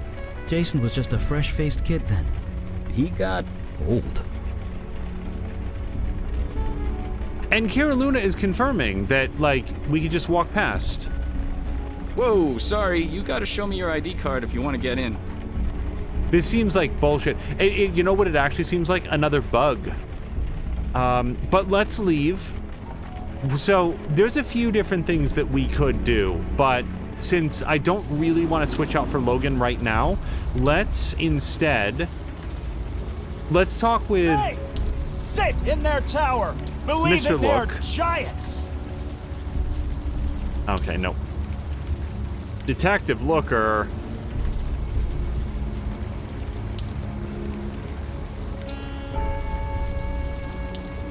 Oh, that lady finished putting up her poster. About Kalash. I've lost friends in the line of duty before. It always sucks. I'm sorry. Sucks, yeah. That's one word for it. I mean it. I didn't know him for very long, but he seemed like a good guy. I can't say he was a good guy, but he was a guy that tried to do good. It's all he ever wanted to do. Maybe that's enough. Yeah, maybe. Doesn't make it better though, does it? No, it definitely does not. So I have some questions about the missing 3-month-old. Male, biracial, black hair, brown eyes, 2 feet tall, or long, I guess at that age. There's his place of address if you have to ask him. Missing since May 17th, 2017. Do we have any idea what date this is? Like, are we currently in 2017 or is this 2020? Elijah was last seen outside his home at 387 Battery Park. He was allegedly abducted from inside his stroller. He was wearing a tan knit cap and a white onesie. He is half Chinese, half Caucasian. Please contact the police with any information. I would assume that the person putting up the sign was either Elijah's mother, aunt, close family member. So allegedly abducted from inside his stroller is a weird phrase to be putting up on, like, oh my god, my family lost their baby.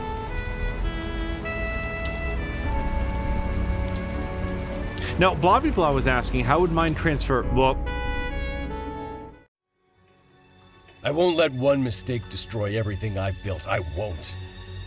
Too many depend on us. There's too much at stake. so this sounds a lot like Jason Cross or whatever his name was. Before I read this, blah blah blah was asking, how would mind transfer even work? Your mind is a form of certain neuron connections. Your physical brain would have to reconnect every neuron differently to have a different mind. Oh yeah, I don't like. It's impossible to even conceive of how mind transfer would work, given the fact that you're like blah blah blah and I are both human males, and although our brains would be structured rather similarly, they're still like radically different. It's not like replacing the steering wheel out of one Honda Civic and putting it into an identical model Honda Civic. It's taking a steering wheel out of a Honda Civic and putting it into a roller skate. They just don't work that way. Your body parts, it's a miracle that organ transplants work ever at all, because human physiology can be so different. And even then, there's all of these immunosuppressant drugs to make to give transplants like a higher opportunity to work. A mind, a brain, yeah, no way. Not in my lifetime. I don't think so. Okay. The investors who lost their homes might disagree, Mr. Cross, or whatever your name was. I know this, but I cannot worry about them now. The trust must survive. If we go down, it would be catastrophic. You told me you could make all this go away. Is this true? I wouldn't lie about something this important. It's lying that got us into this mess. Be sure to remember that. Listen, Mr. What was your name again? It is not my nature to trust anyone, least of all a stranger. And yet, I think you're the man for the job. Whatever it is you need to do, do it, with my blessing. Yep, Jason. This will all be over soon. Let's go to my office and discuss this privately. Jason? As in Jason Grant? What's he doing making deals with demons? Is everything all right?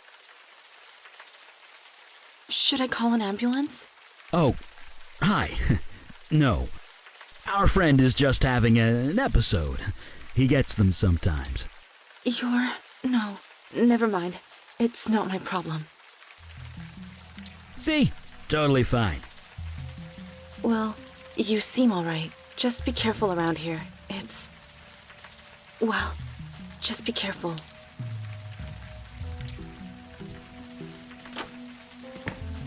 Well, that was awkward. Well, but you guys made it awkward because you just left me lying on the sidewalk. In fairness, they were watching the cutscene, which I love that the NPCs watch the cutscenes too. Hardy plants bring a touch of nature to the big city. And sorry, hello to Fox McCloud, who says, "What was your name again?" Opens mouth. It's not in my nature to. Okay, well, screw me. It reminds me of like the Chuck E. Cheese robots. Well, hello there. What's your name? That's great. How old are you? Super. Let's sing a song about that age. Okay, yeah, we're gonna go in after that lady. Fuck. Strong wooden doors form a barrier to an unpleasant apartment building. Hey, do you have like the master key that cops definitely don't actually have in real life? Sorry, I have no idea what you want me to do. Okay, Eli, can you melt the lock? Not sure what you want me to do there. Okay, so far we are not doing great. So, well, I guess maybe now we can go back to the front door, but I'm... Like, the next thing that we might need to do is go get Logan to talk to the ghost. Oh my goodness, hello to Patikan and everybody raiding over. Patikan, I was there to see some of your Horizon stream, including the visit from Diesel Jones. I hope that the rest of your stream also went very well. We are in episode... Hey! Sit in their tower, believing they are see giants! if we can talk to this shouting man. Hey, are you familiar with Jason Grant? But yeah, Diesel Jones had stopped by earlier, so I got a chance to, like, you know, say hello to him. Patikan, I hope the rest of your stream went well. He was crushed. Crushed? Crushed by the tower edifice of evil that he created. The future was taken because of him. It is as they say, what goes around comes around. He deserved no less. Come on. Nobody deserves to be crushed to death. Do not doubt me. My name is Hugh Kravitz, and I speak the truth. Okay. So, let's go talk to the guard. Oh, and by the way, we can see that Jason Grant, he passed away, like...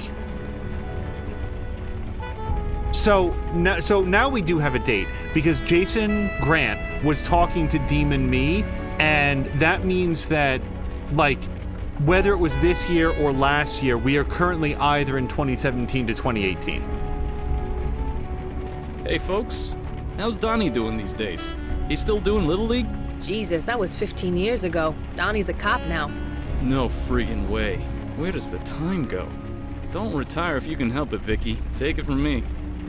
Yeah, the guy who's of retirement age. You can tell by my wizened old expression. Let's ask, first of all, about Hugh Kravitz, the protester outside. I have no idea. Sorry. Jesus, the cop clam up. Huh? That's what we called it. Whenever an older cop wouldn't tell us something. It didn't work when my dad used it, and it sure ain't working for you. Jesus, you're a Santina to the bone. Cut the bullshit, Robbie. Spill. Fine. It's not like you can't look this up online anyway. Hugh Kravitz used to be a vice president of this bank. He was a vice president of this bank? What happened? Vicky, I could always trust your dad. Can I trust you too? Don't worry. Your lips, God's ears, etc. Okay. Hugh caused a big scene here. Everyone's trying to keep it quiet. He was a real up-and-comer type. Was just promoted to vice president. Then he went a bit nuts. Nuts? Yeah, he snapped. He took a bunch of documents, set them on fire, and threw them into the cubicle pen. Jesus. I told you, nuts. He nearly burned the whole place down. So he's fired on the spot. The next day, he's out there, carrying that sign and screaming his head off. And how about Jason Grant, the guy just over your shoulder? Not really. I mean, he walked past the desk every day. He'd say hello, but we never really talked. I guess we never will now. Poor guy. The man in this portrait is not more than like 35 years old. Well, let's first ask, can you tell me more about him? Well, he named this bank after himself. I honestly don't know much. Nice enough guy, but I don't know much else. Sorry. How did he die? Had a heart attack just outside the door. Was waiting for his car service when, poof, out like a light. The guy was fit, too. Well, fit for a 73-year-old. But it was still natural causes? You work in a case, Santina? I'll save you time. Totally natural. The guy was just stressed out. I don't care how in shape you are. If you can't relax, you're not healthy. So he was stressed. Well, like I said, I saw him every day. We didn't talk much, but he was always laughing and joking with people. But towards the end, he was always alone. He never laughed. He never smiled. He looked, well, stressed. Maybe it's the economy. You keep hearing it's bouncing back, but maybe he knew something we plebs didn't. Who's running the bank now that the founder is dead? That would be Roy Fellows. I don't know much about him. Why's that? Because I never see the guy. If he ever comes and goes, it's never when I'm on shift. Do you know anything about him? No, like I said, I never see the guy. But the lights are still on, and I still get paid, so I figure he's doing all right. You don't know anything about him at all? No, like I said, I never see the guy. But the lights are still... Okay. See you around. So we know the identity of the ghost outside. Also, we're still not going to be able to get past this, right? Whoa, sorry. Okay. So let me talk to Vicky. Yeah? Ever come here before? Well, the ferry's nearby, isn't it? Everyone from Staten Island passes through here eventually. It's not like I have any other reason to come. The crooks here aren't exactly the kind we cops can touch. I don't want to ask for ideas yet. Yeah. Let me talk to Eli. What's up? Do you know anything about the Wall Street area? Oh, wow, I didn't even think of that. He said that, what's-his-face, burned some documents, so we could fire read those documents. We'll probably want to go outside. It might draw a little bit of attention if we set, like, a big, fire portal up in here. Mia, by the way, is noting to Patikin that she's made some sub- and non-subscription-based raid calls based on Patikin's example. Such a good idea, I don't even know why I didn't think of it before, so thank you. And Patikin's saying that's awesome. Oh, and also Mia was saying hello to Fox McCloud as well. Yeah, I hope everybody's had a good week. It's already been a very busy week, but we'll talk about that as we go. Do you know anything about the Wall Street area? You kidding? This is the financial capital of the country. Maybe the world. This is where it all happens. Right here. In every boardroom of every building. Empires rise and fall. Jesus, hyperbole much? It's not hyperbole if it's true. I knew some good people here. Sometimes I wonder what happened to them. You seem strangely happy, Eli. Well, I am. This was my old stomping grounds, back in my mundane days. I spent half my life here. My firm had dealings with all the major banks. Homefed, Downey, Gibraltar. Of course, they're all closed now. Guess they couldn't handle it without me. So we're going to fire read the documents that were burned up, but not in this room. Right behind you. I don't know what is suddenly bringing it to mind, but I've actually been thinking about it for separate reasons lately. Do you guys remember that Netflix series about the superheroes? It was like Jupiter's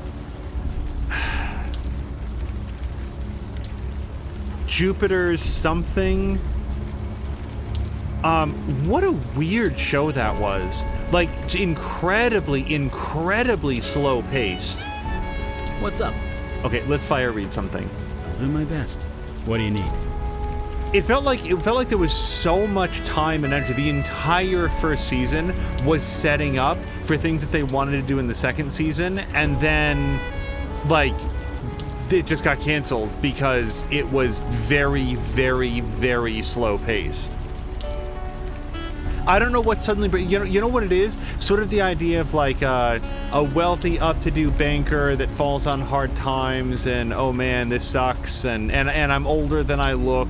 There's some just stuff in here that's reminding me of it. Hugh sent some documents on fire. Any chance we can see them? I don't see why not. Oh man. Buy the dip. Financial sector profits as a percentage of all domestic corporate profits. I can't quite read what this says, but I think that what we're intended to see is that in September of 2009, it super cratered and then went all the way back up. Or is that September 9th? No, because this is December 47 over here. Okay. Everything I say is a lie. No.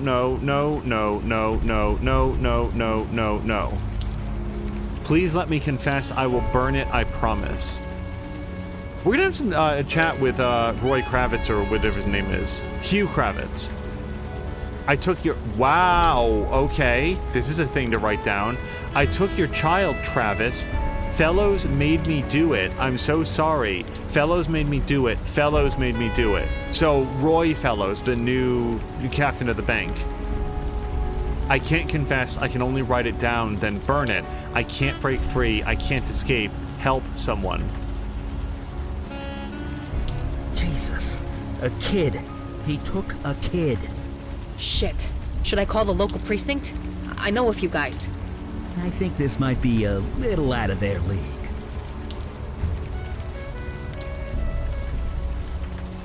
Jab does know what I'm talking about, apparently. He says, it was not real good. It was Jupiter's something. And it wasn't Jupiter Ascending or whatever that Mila Kunis movie was. It was the one about, like, superheroes exist, and they came out of an extremely long journey that, like, some guy had to take in, like, the 1920s, and... I would have been interested to see what the second season of that show was, but based on the fact that there is only one season, yikes. Yeah, you can give that one a hard pass, I'd say. Giants. Okay, so, do you know Roy Fellows, the new CEO? Is it true you were vice president? We read your confession. I think in that order specifically. First, you find out what the person's willing to talk about, and what they tell you, and then you reveal that you know more than you were letting on at first. Do you know Roy Fellows, the new CEO of the Grant City Trust? He rests at the top of the towering edifice. All answer to him. He answers to nobody. Fellows is untouchable. Maxine is turning in. Maxine, thank you so much for hanging out. Thank you for being here. If you leave a lurk, thank you for the lurk. And if, you got to get things shut down in order to get your sleep, I can certainly understand with the heat the way that it is. Thank you for hanging out, and hopefully we'll see you again real soon. Is it true that you were a vice president here? That changes nothing. I have witnessed the corruption firsthand. The poison, the festering malignancy, the what? Nothing. Nothing at all. We heard you set a fire in the office. A fire was set. By who, I cannot say. It was by you. You set the fire. Robbie Siegel just told us. I cannot say. So, this is feeling very reminiscent of the previous case with the sea monster, where, like, people are just blocked from being able to communicate or comprehend certain things. So we read your confession. What? You mean you can see? See the truth? Sure, we can see the truth. You took a kid. Come on, fess up. I can't. Right. Your confession said you couldn't talk about it. So you're under some kind of compulsion. The truth hurts. Hurts my head. It hurts so much. Then maybe you shouldn't have taken a kid. Look, Hugh. We want to help you. But we can't if you don't give us something. Anything. I cannot speak the truth. I did not kidnap a child. Wait, you're lying, right? So you're saying you did? Mr. Fellows did not force me to steal a baby boy. That boy was not named Elijah Cook. The boy did not belong to my closest friend and co-worker, who I can't look in the eye anymore. God help me! What the hell happened to him? He tried to get around his compulsion. It was strong. It fought back. We can't just leave him here. I'm calling an ambulance. Hopefully his brain isn't fried. We've done all we can for him. Let's get to the bottom of this. So I'm betting that now that we know the name Cook, we can go back to that apartment building. Whoops. And maybe, like, ring upstairs. You know, knock. Maybe that lady will be out there. Oh, and by the way, Jad was pointing out that in 08... So, Eli, you used to be normal like me, right? I was an accountant, if that's what you mean. Almost 50 years ago. Huh. What was it like going from that to this? Well, the supernatural world wasn't as dense as it is now. So maybe I had it a bit easier. But then again, I had to fake my own death and never see my family again, so who's to say? The financial collapse, yeah, that's probably what a lot of companies look like. The immediate rebound to, like, everything is perfectly fine, that seems like demon power stuff. But yeah, Jab, thank you for reminding me that that's when the the banking collapse happened. Patikin saying, so do you plan on getting... Oh, yes. No, Patikin, 100%. I should actually finish the question. I already answered it. 2 Point Campus. I know you played 2 Point Hospital. Yes. Yes, Patikin. I'm very much looking forward to playing that. And I would like to at least do, like, an audition stream of it. Like, when I play it, I want, like, my first experience with it to be on stream so we can sort of see it and look at it together. I know that you were also looking forward to it. Oh, shit. Oh, fudge. Okay, sorry. So, we have to go look at the, I thought they might have names on them. But this is going to have the apartment number. 4E.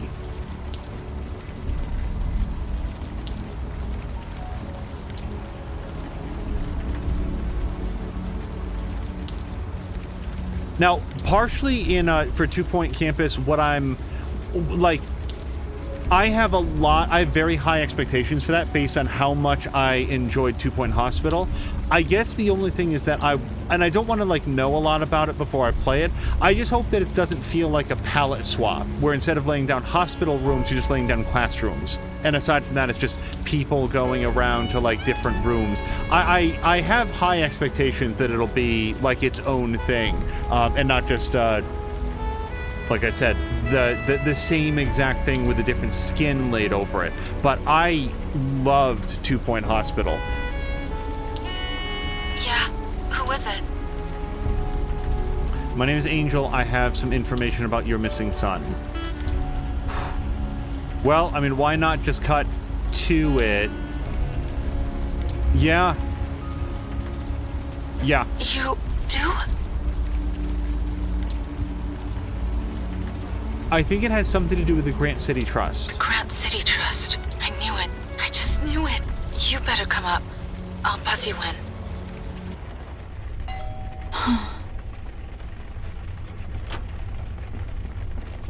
You're the one who collapsed on the street earlier, weren't you? Yeah, I'm a real source of credible information.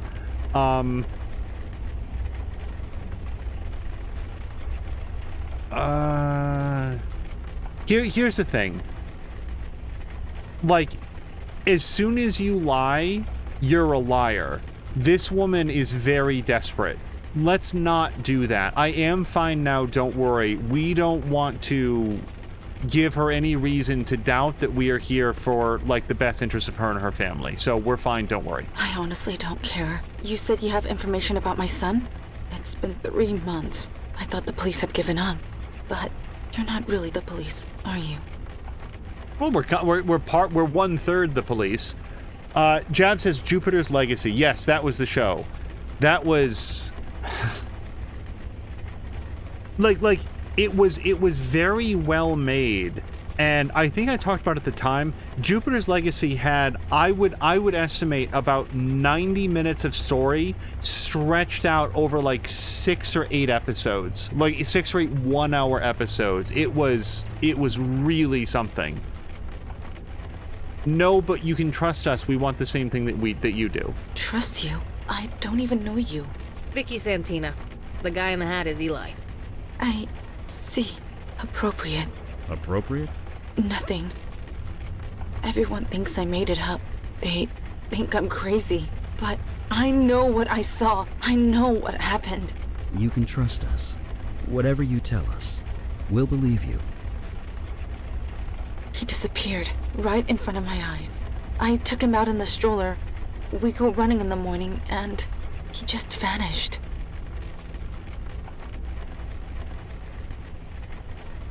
Are you sure you didn't look away for a second? Let's, like, this woman, who she just said nobody believes me, let's immediately start second-guessing what she's telling us. Let's just ask her for more details. Vanished? How so? I mean that literally. He vanished. I saw him smile. I heard him laugh. He always laughed when the sun hit his eyes.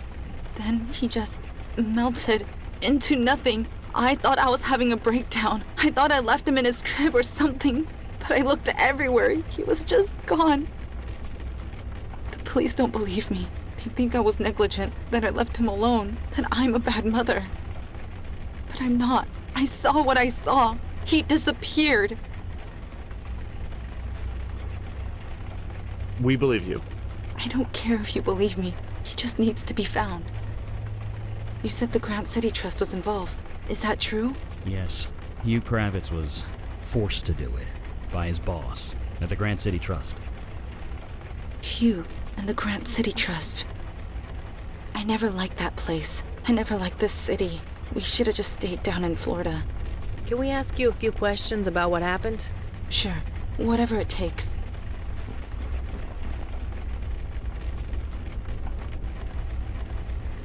How do you know Hugh Kravitz? He was friends with my husband. They're co-workers. Or rather, they were co-workers. Hugh got promoted a few months ago. We had him over to celebrate. It was... Jesus. It was the night before Elijah disappeared. I never noticed that connection before. Why would I? But how? Why? We don't know. I'm sorry. What about Hugh? He's always outside the bank. Did you ask him?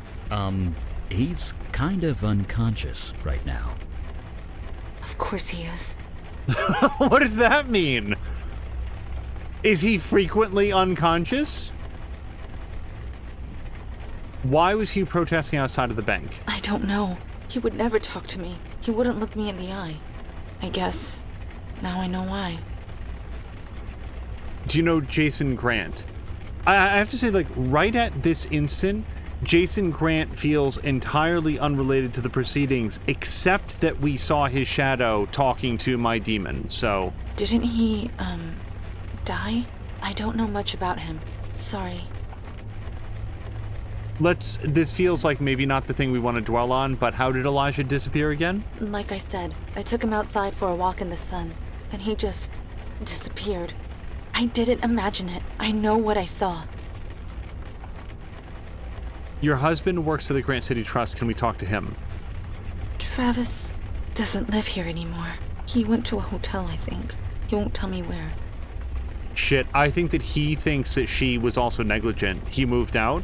Yes, he did. He says he can't look at me. He can't talk to me. He thinks I'm crazy. He thinks I'm the one who lost Elijah. Maybe I can't blame him. I don't know. That's awful. Families should stick together in times like this. Maybe, but we're not family anymore. Of course you are. Tell him that, if you can find him. So I don't know where this lady is from, but she said that he says he can't look at me anymore. And usually I hear, particularly, that's very common with British people, that's how they pronounce that. But I don't know, it could be common to a lot of different dialects. it's one of those very subtle things that, like, non-American speakers will frequently, like, pronounce that word differently, and it can be a little bit of a tell. It could also be a New York thing. I can't say that I've ever heard it, but maybe that's a thing there as well. So you moved here from Florida. Cedar Key. Born and raised. Same as my husband, Travis. He applied to the Grant City Trust on a whim. Didn't expect to actually get hired. And now, here we are. If she's not from North America, the accent is really, really good otherwise. Can we take a look around? Specifically at that yellow Post-it note. If you think it will help, I'll just be here. I owe you one baby, LOL, signed Hugh Kravitz. Reminder bear. An empty stroller abandoned in the corner of the room. So, like, I sort of want to... Nothing. Well, hold on, but Eli was able to, like, detect things off of a knife. Maybe he could do some scrying on this. Not sure what you want me to do there. No. Okay, maybe more conventional detective work. Sorry, I have no idea what you want me to do. Okay. Stop it. Still life of roses and wine. A monochrome photo of a couple dressed in old-fashioned clothes. We talked to Winnie Cook some more. Did we ever get her first name prior to just now? Nope. No. This window gives a nice view of Zuccotti Park. Key on a lanyard. Okay, we can't look at that. One of the umbrellas is still wet and dripping from the rain outside. That's interesting because she was not holding an umbrella when she was out putting up the poster that I saw. Financial tomes, serious novels, and vacation photos from some pretty nice locations.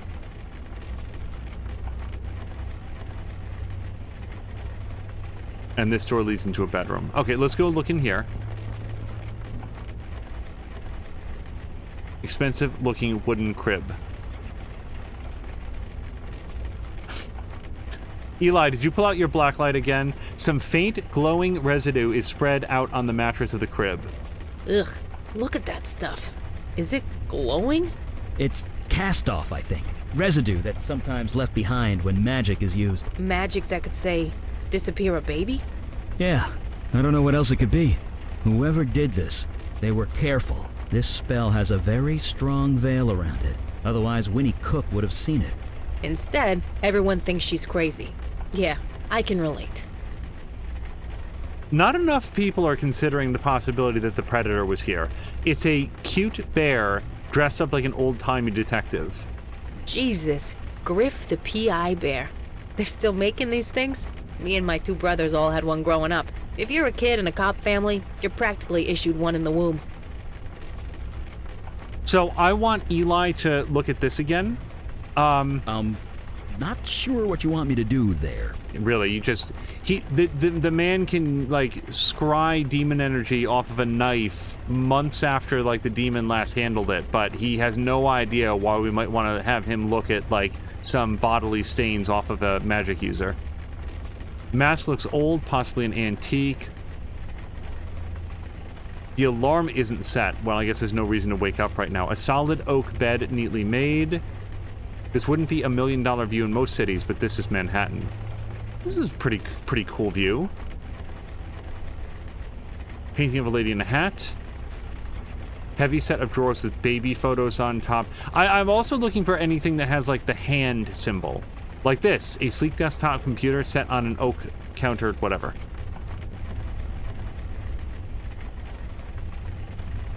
Bear. Bear. Oops.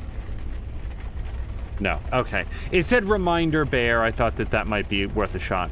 So we need a password, and we can't look at that up there. We just ask her, what's the password to your thing? Wait, what was the kid's name? Elijah? Wasn't that it?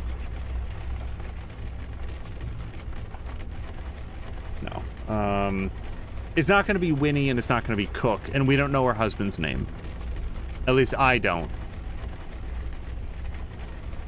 And I don't think it's going to be on the notes that we picked up either. Alright, let's go ask her what's the password to get into your computer. I'm sure she'll tell us, the three people that stormed into her apartment without even wiping their feet yet. No, we can't even ask her about it. If you think it... Reminder bear.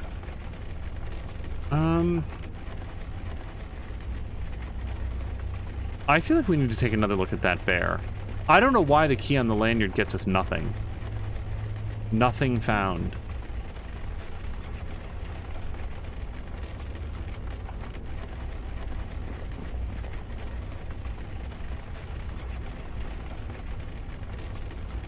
Sorry, I have no idea what you want me to do. Sorry, Okay.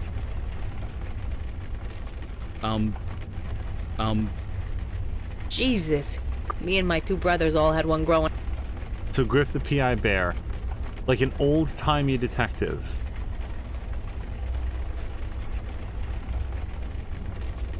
The alarm is not set. There's no reason to think that we would get the password anywhere outside this building.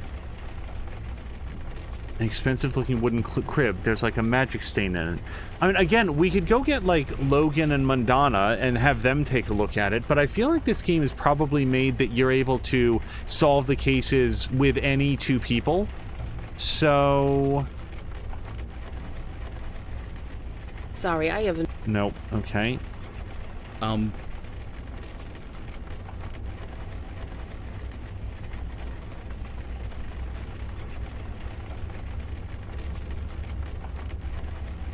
What's up? We don't have anything new to fire read, Sure. right? The veil only goes... Yeah, okay, so we can't do it in here. And it is... I don't want to Right ask him behind that you. yet. It's just a text thing. Reminder bear is the only thing that's written down anywhere. Is it going to be Eli? She was calling him Eli a whole bunch. It's a really short password. No, okay. It could be like Eli and his birth date, but that's on the poster back at the station, so it's gonna take a second to get that information. Like I said, I didn't imagine... If you think it... Huh.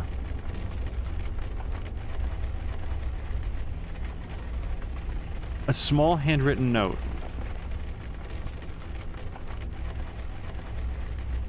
I guess, and this is a real stretch, it could be 1-3 EAR for like a B. That seems stupid, but I mean, I'll give it a shot. That seems like a real deep cut. That doesn't seem like it's gonna be it.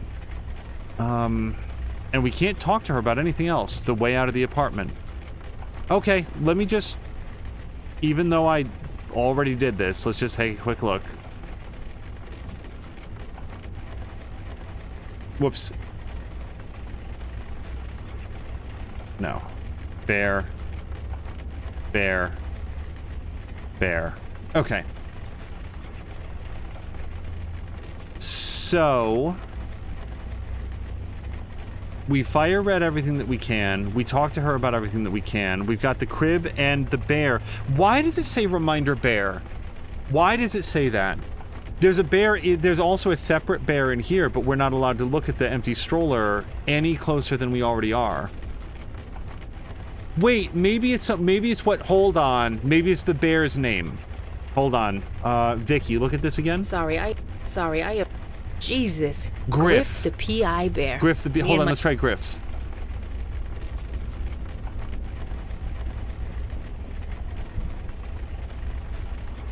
There we go. Okay.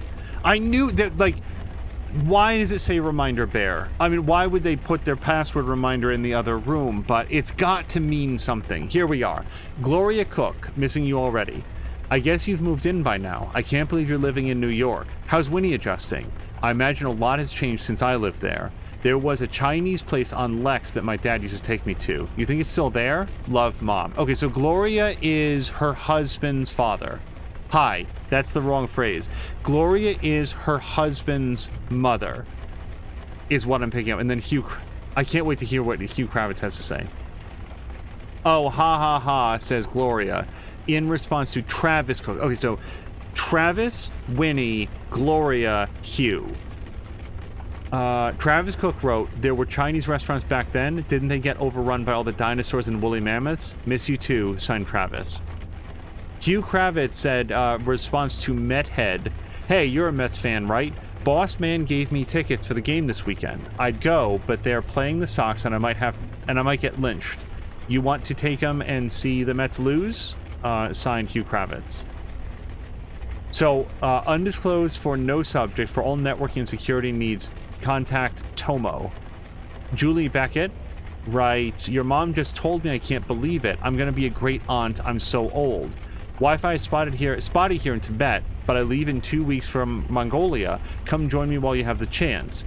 I bet you still keep your passport in old Mr. Spooky Face's eye hole. Oh, those are the credentials that we need to get past the stupid guard. Old Mr. Spooky Face's eye hole. Like your mom used to? Family traditions, you know, very important, you'll learn. Mr. Spooky Face. Auntie Jewel.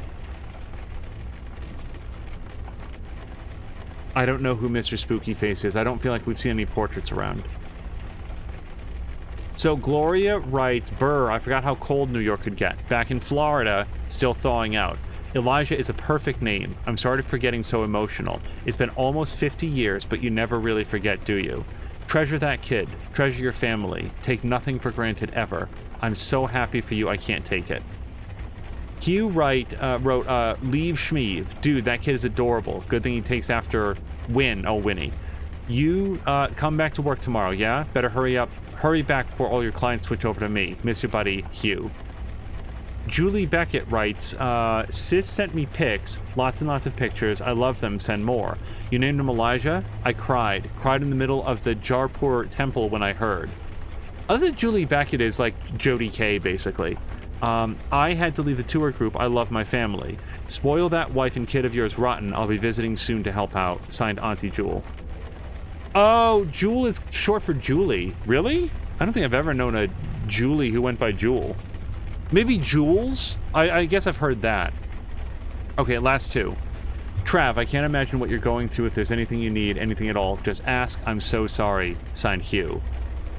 Due to recent security concerns, writes Grant City Trusted Men, we have deactivated all ID cards. New cards will be reissued by the end of the day. If you do not receive your card, a photo ID will be accepted in the interim. We apologize for the inconvenience. So that's why they will, like, wave you through. Julie? Gloria? Elijah? It can't be. You okay? You look like you've seen a ghost. I'm fine. I think so. I mean, no, it's impossible. What are you talking about? Nothing. I don't know. Nothing. Just let's keep looking around. It's been many days in real life. He has 2 daughters who are still alive and in their 60s and wintering in Florida. I didn't think much of that, but yeah, this touches his family directly. I'm guessing that Auntie Jewel is his daughter. And the baby's name was Elijah. He's Eli. Interesting. Okay. Oh, Mr. Spooky Face. I get it. What you got there? Some kind of passport? Let's have a look. No, that's definitely me, to a T. Travis Cook, United States of America, born 79, Cedar Key, Florida, USA. Issued in 2009, expires 2019, which I guess is like 1 to 2 years from this moment. Okay. Not for nothing, Eli, but doesn't that kind of look like... Me? Well, a bit. Yeah. Give or take a few dozen pounds. No. I need to be sure. I need to talk to Mrs. Cook again. She would know. She has to. Okay, yeah, let's go have a chat. Could I ask you a question, Miss Cook? Sure. Your son, Elijah, did you name him after anyone? Is it important? Yes. I think it was Travis's idea. Yeah, his grandfather. It was his grandfather's name. His grandfather was named Elijah. Well, Eli. But that's short for Elijah, isn't it? Isn't that your name too? It's Elliot. Sorry? My name, Eli. It's short for Elliot, not Elijah. But you had no way of knowing that. I'm sorry? Never mind, it's nothing. We're going to find your son. I promise you. Whatever it takes. Come on, let's go. So, you look pretty good for a great-grandfather. Was it something I said?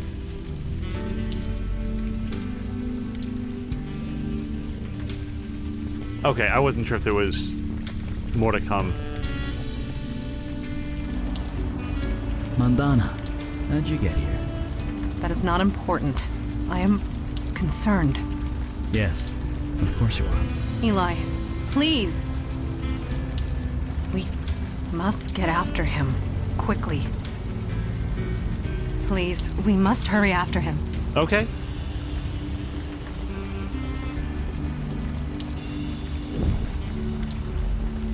Hey, Earth to Beckett. You okay? I want to burn it.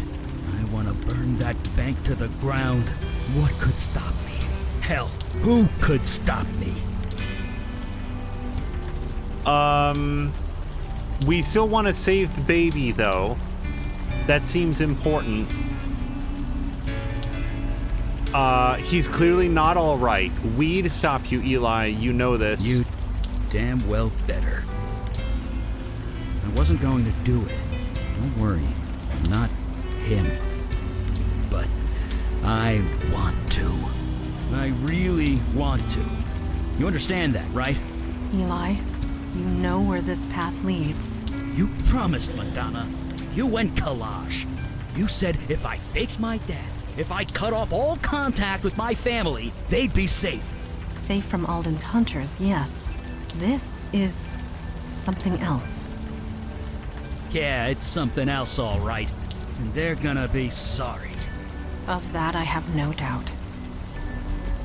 Listen, I'm coming with you on this. That's not up for debate. This is family. And you don't get between me and family. I pity anyone who would try. So, shall I go back to headquarters? Or shall I remain? No, actually, so, I'm very, very glad that we already had Eli on the team, because it just feels so organic that he's worked up about this, given, he was interacting with the family and not even knowing about it. So, we're actually going to have Mandana join up. Among other things, we know that Mandana and Eli are very, very close, so it feels like maybe she can help keep him grounded and on task in a way that I don't think that Vicky can. So, Vicky, you go chill out, cool your heels. Sure, I get it. No problem. You guys give him hell. I'm glad that we got to spend some time with Vicky, though.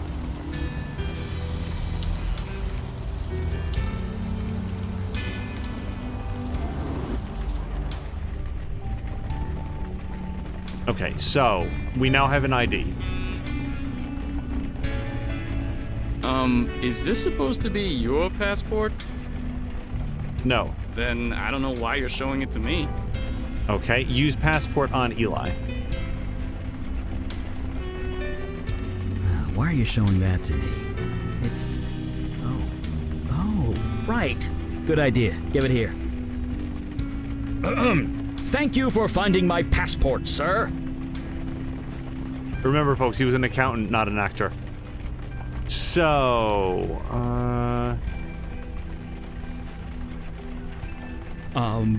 Hi. Yeah, what's up? I lost my ID card. I've got my passport here, though. That'll work, right?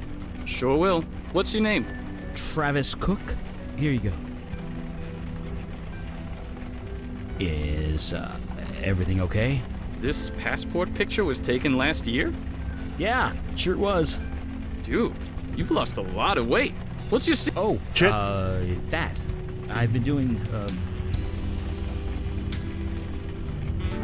Tybo was hot at the time, maybe? Maybe this was a few years earlier, but... Tybo. That's still a thing, right? You're asking the wrong guy, believe me. Anyway, let's look you up. Travis Cook, here we go. Oh, looks like you have access to the 14th floor. I can issue you a temporary ID good for 24 hours. Drop HR a line and they'll replace the one you lost. Oh, I'll be sure to do that. And can I bring my 2 colleagues up? As long as they're with you, here's your card, and I'll open the elevator for you. Thank you. Thank you so much. It's my job, man. Have a good night. Maybe I didn't put this together before, but Eli the fire mage, his last name is Cook. That's fun. I'll go on ahead. Oh, the lying. Sorry, Madonna. Did it hurt? I will manage. You are not the most skilled of liars, Eli. The guard believed me. That's all that matters. That's a nice touch, that she's very uncomfortable. Okay, so 14th floor. Or Jason Grant. Oh, shit. I failed to see the There's the ID card. There we go. Oh, so wait, can we also go up to see Jason Grant or go to the roof? Let's go to the 14th floor first. We're going to check out... You still owe me a favor, Mr. Kravitz. Mr. Fellows, I can't. He's my friend, and it's a child, just a baby. That is precisely the point, Mr. Kravitz. Tell me honestly, Mr. Kravitz, did you really believe you were promoted due to your work performance? I wasn't?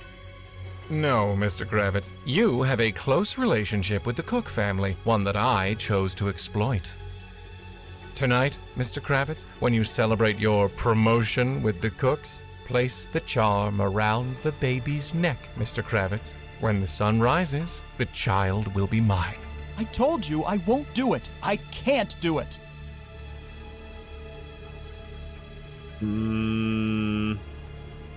A deal was struck. You can't back out now. I'm sorry. Who are you? This is Mel Carissa, a close associate, quite unlike you, Mr. Kravitz. You, Mr. Kravitz, are breaking the law of my people. I'm... what? You owe me a favor, and that means you're mine. Owing a favor? Does that mean what I think it means? Only one race of being trades in favors. Yeah, the Fae.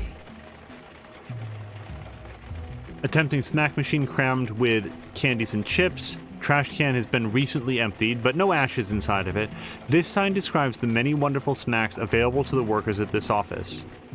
Coffee, tea, water, cola, OJ, coconut water, and assorted snacks. And they all have a price, so let's just bear in mind that if we see anything that requires addition of like 3-digit numbers, it seems like something that might come up. The cubicle grind is something that's never appealed to you? No, I wanted to work in a bar, man. I'm a bartender. Gorgeous view of the towering financial district. The photocopier in the corner probably gets lots of use during business hours. And then we've got the Travis Cook office and the Tony Meltzer office. Let's go to our own first. Has Travis been living in here? Seems that way. And not throwing out his old takeout. Somebody certainly likes Chinese food, a binder full of printouts, figures, and accounts, a heavy leather-bound book on taxes. See, again, Eli's just like the perfect guy to be doing this financial stuff because he's going to be able to decode things that my bartender wouldn't. Empty pizza box propped up against the bookshelf. I hope it was stuffed crust. Stuffed crust pizza's really good. Business suits and shirts. Someone's been sleeping here. Okay, let's check out the book. I know that book. It's the premier guide on S-Corp tax code. Or at least it was. It's about 2 decades out of date.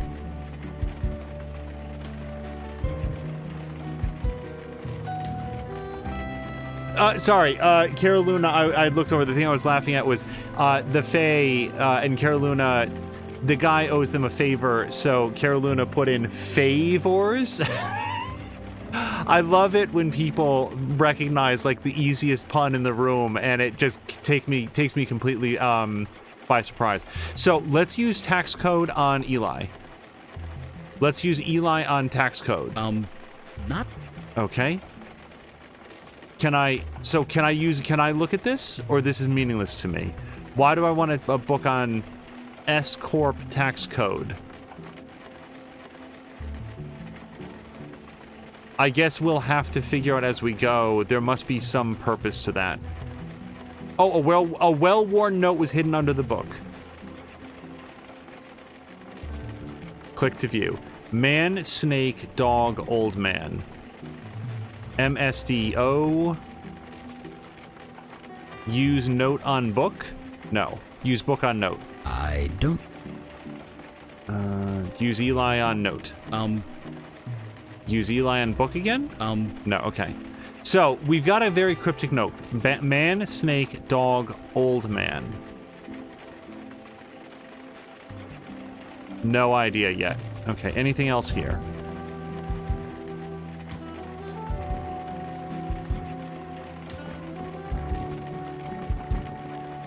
So quiet. I imagine this place must be bustling during the day. Fortunate for us, it is night.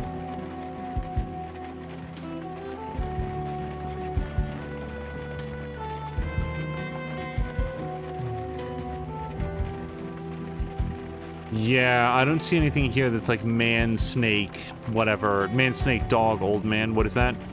Man, snake, dog, old man. No, not unless it's some weird like word jumble thing.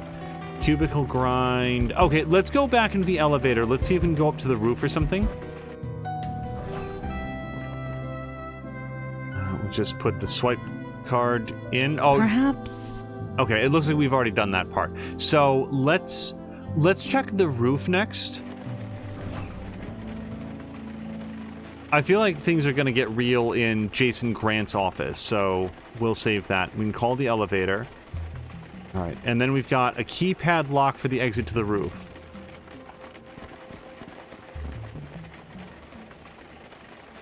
Legs.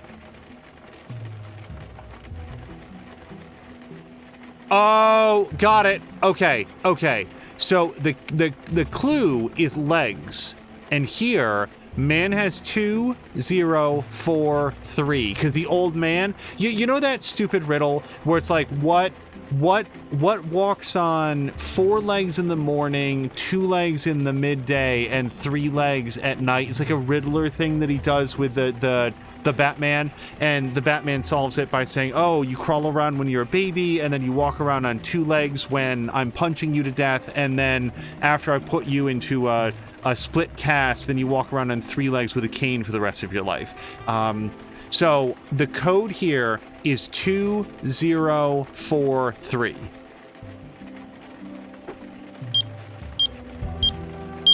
Done. Got it.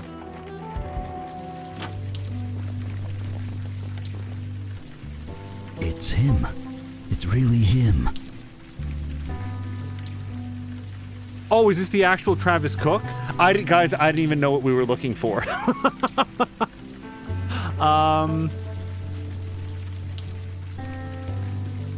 Honestly, it didn't occur to me that he was going to be in the office. You should talk to him, Eli. Yeah, of course I should talk to him. This is family. Look, could you two step back for a bit? I'd prefer to handle this alone. We're here if you need us. I know, and thank you. Right. Hi. Excuse me, I said... Yeah, I heard you. I was just...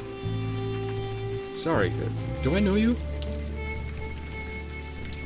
Hey, are you alright? No. Yes, I mean, I'm fine.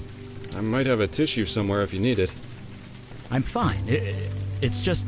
Damn it, I'm sorry. Look, it's okay. You obviously came up here to be alone. So did I. I'll go. This was a bad idea. No, don't do that. Maybe we can talk instead. It could help, you never know. Jesus. You are comforting me. Am I? I don't know. I've never been good at that kind of thing. I'm Travis Cook, Compliance and Investment Research. I know. You do?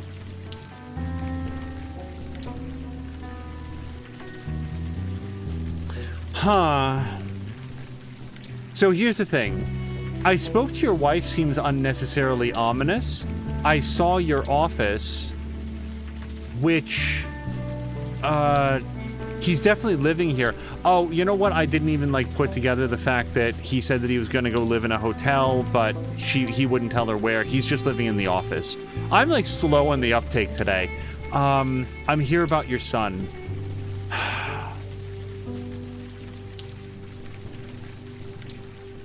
I feel like I saw your office is going to make him defensive because he's probably a little bit ashamed about what's going on, and he's grieving over what he feels like is the loss of his own child at the hands of his neglectful wife.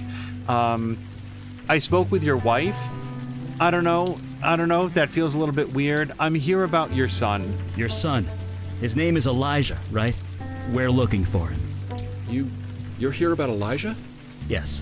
Why didn't you say that? I should have. It's complicated. I'm sorry.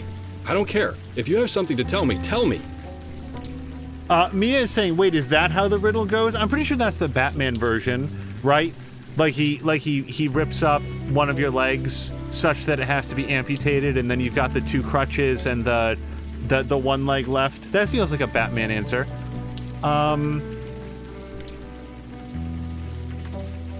Okay, now that we've introduced, let's go with I spoke with your wife. I met your wife earlier.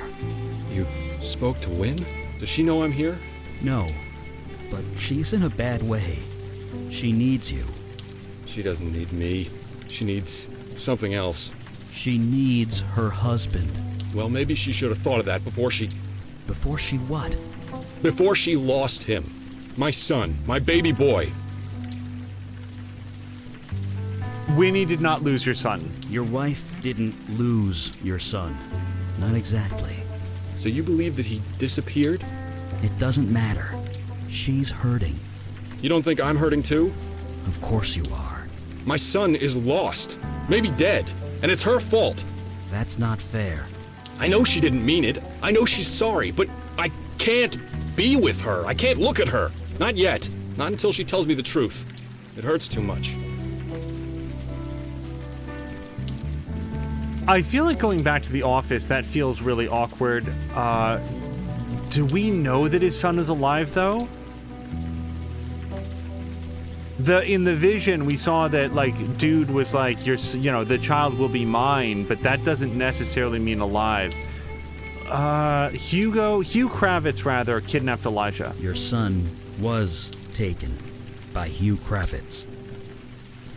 You're kidding. Hugh? The guy ranting outside the building. That Hugh. Yeah. He was a friend of yours? Kind of. We worked together. Why would he take my son? He didn't want to. He was forced to by Roy Fellows. Okay. Why? We don't know. Not yet. But we plan on finding out.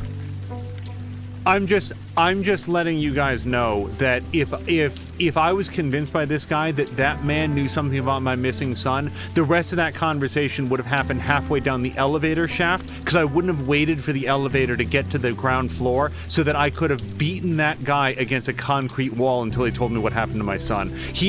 I'm not complaining. I'm just saying, he is incredibly well composed for I know what happened to your son, and the guy outside the building knows all about it. I saw your office. So, I went into your office. You did? You're living there? Mr. Grant said I could, before he died. Nobody's told me otherwise yet. It's cheaper than a hotel, and there's this roof. Hey, I live in a basement. No judgments here. Right. Home is where you make it. This works for now. Okay, let's focus next on... Let's first start with Jason Grant. Could I ask you about Jason Grant? What about him? Well, he said you could sleep in your office. That implies you were on good terms. That's the funny thing. Before Elijah disappeared, Mr. Grant never said 2 words to me. That didn't strike you as suspicious? Why would it? He was a good man by all accounts. He said I could take all the time I wanted, that I could sleep in my office. He even gave me a key to his suite. Said I could take a drink from his liquor cabinet if nobody was around. Really? That is extremely generous. Huh. Maybe it does. Seemed natural enough at the time. Either way, I never used it. After he died, it just seemed kind of ghoulish. Wait, the timeline is sort of messing me up. Jason Grant let him sleep in his office. Since then, Jason Grant died, apparently being crushed. That's a little bit vague to me right now. And it happened long enough ago that they've now updated the portrait in the lobby with the year of his death. But this guy's still living in his office? It's an interesting sort of like length of time. Let's talk about Roy Fellows, who is our prime suspect. Do you know Roy Fellows at all? I don't. Not really. I know Mr. Grant brought him in as a senior board member. He got his own office and everything, although I couldn't tell you where it is. He's the new CEO, right? I haven't really been paying attention.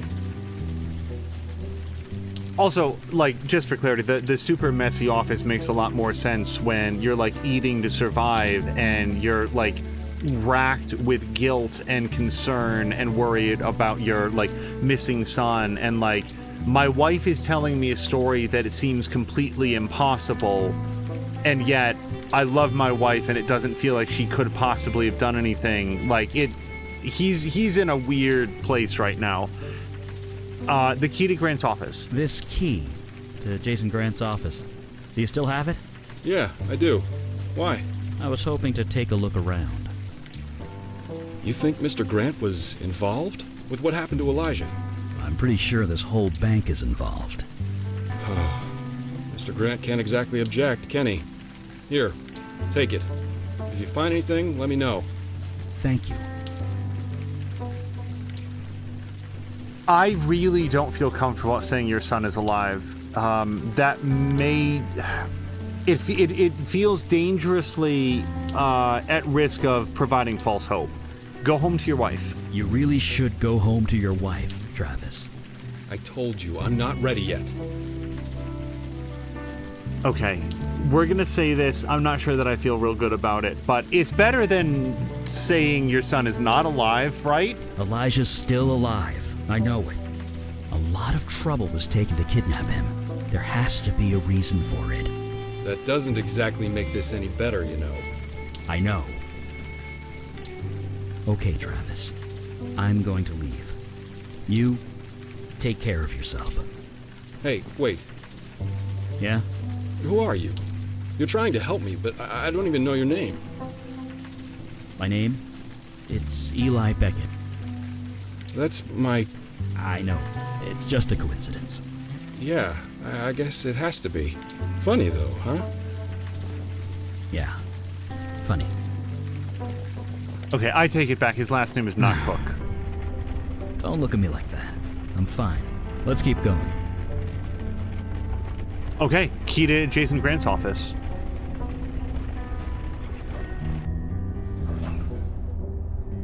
Yes? Do you know anything about the Wall Streeter? We really haven't talked to her at all since she showed up. You call this Wall Street. I recall when this street was literally a wall. Although at the time it was called a fortification. A rotting, wooden, ramshackle thing. It kept out the odd wild animal, but it did little to prevent that tribe of imps from bursting through. I spent weeks chasing them down, and never did find them all. I assume their descendants live here still. Yes. Let us proceed. Okay, now we've got everything we need to go to Jason Grant's office.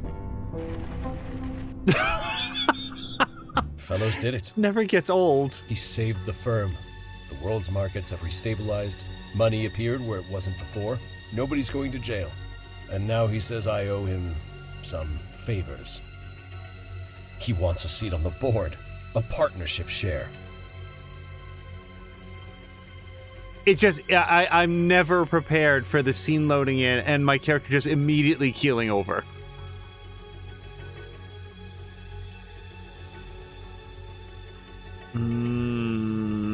whatever he wants, Jason, I suggest you give it to him. I did some digging, you know. I know who you really are. You're that bartender. The one from the Bronx. The one that killed all those people. Don't worry. I won't turn you in. I know I wouldn't live 5 minutes if I tried. But I have to know. Why are you doing this? What do you get out of it? We're both getting what we want, Jason. That's all that matters. I am not entirely sure about that. I'm not sure at all. I should be happy. I should be celebrating. So why do I feel like my problems are only just beginning? Jason Grant owed several favors to a member of the fake horde. The CEO of a major international banking firm? That's bad. At least Jason Grant is dead now. No more favors from him. Small mercies, I guess. Now, blah, blah, blah was saying, to be fair, who would actually believe that Elijah, the baby, melted away into nothing? And then says, couldn't it be that he asked to live in the office after his son was gone and Grant died within the last 3 months? Oh, yeah, it's just like living in your office, though, for 3 months. That's... like, I get the sense that Travis Cook makes pretty good money, so you would think that just for comfort and access to a shower, you would just go get a room someplace.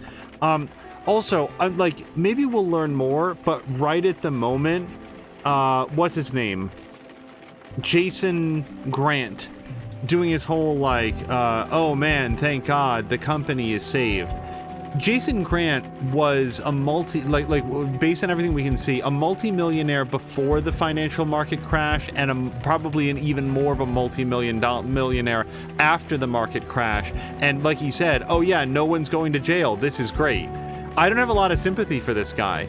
An elaborate secretary's desk. You know what we haven't heard about him, like maybe taking a pay cut a little bit so that people in his employ wouldn't lose their jobs? If not for this Faye intervention. Tasteful bland corporate art. A peek out into the other temples of industry in the Wall Street area. And to the CEO's office. This is where we need the key. Yep. And hello to Chivalry. I'm so sorry. Hold on. Isn't my son beautiful? Thank you, Mel Carissa, for arranging all this for me. It means more to me than you know. You're insane. I'm insane. This whole thing was insane. Insane, Mr. Grant? Is it insane to want a child? A legacy?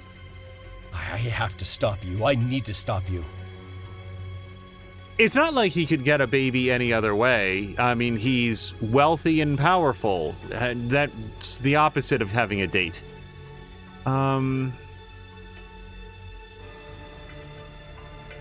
You should have thought of that months ago, Jason. Says the mass murderer.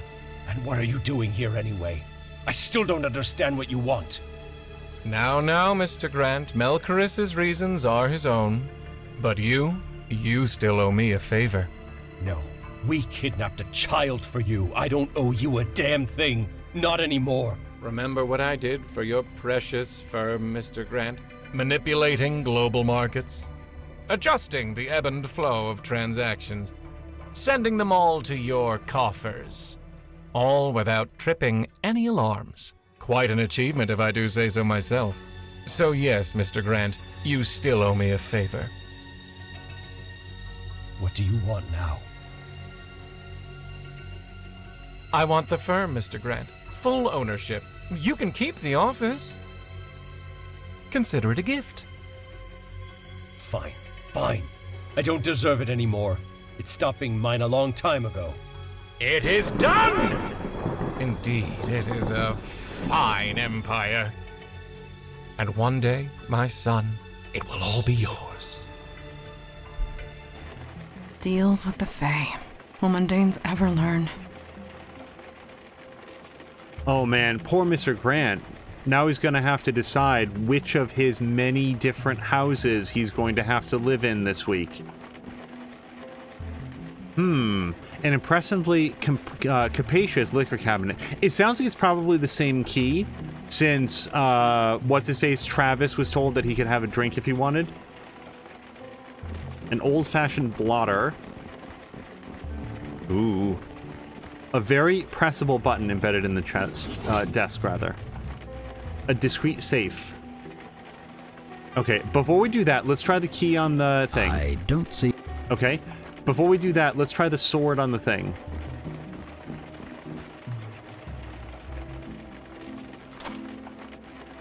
It is done. I would have thought that a saber was that great at picking locks, but a dusty bottle of extremely aged wine. Careful with that. That's a 1934 Hot Brion. That bottle is worth over $2,000. I do not see why. It was a good year, but not a particularly stellar one. I'll take your word for it. I had read and then didn't get back to. Chivalry was saying if you take the second letter of each word in the clue, which we no longer have, it spells anal. So that might be a thing. Could be. So, a discreet safe. I don't think we know how to get in here yet. Okay, so what's the first number? The fuck if I know. 12. And the second? 23. Okay, so what's the third? 4. Nope, that didn't work. Okay, why... Let's look at the wine bottle.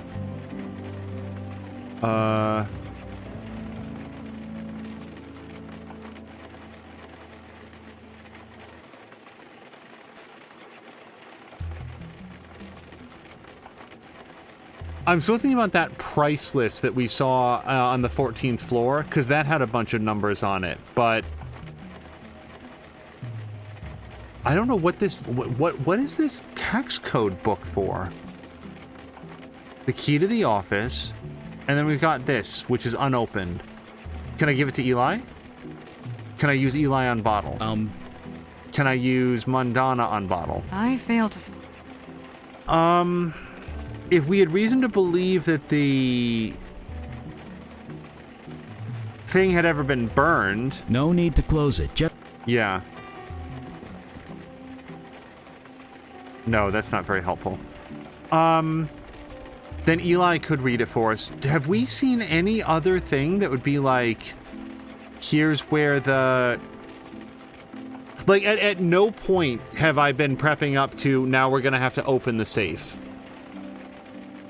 The safe is a brand new piece of information. Huh? Sorry. Yes? I don't want to ask for a clue yet. There doesn't seem to be anything else in this room.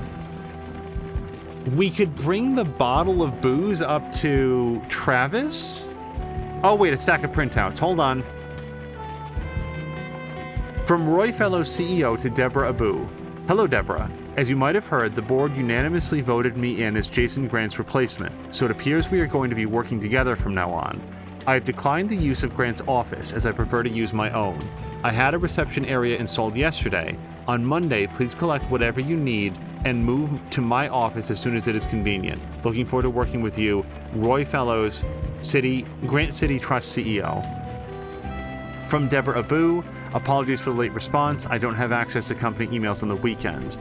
I tried going to your office, but it doesn't appear to be on any of the company directories. Which floor is it on?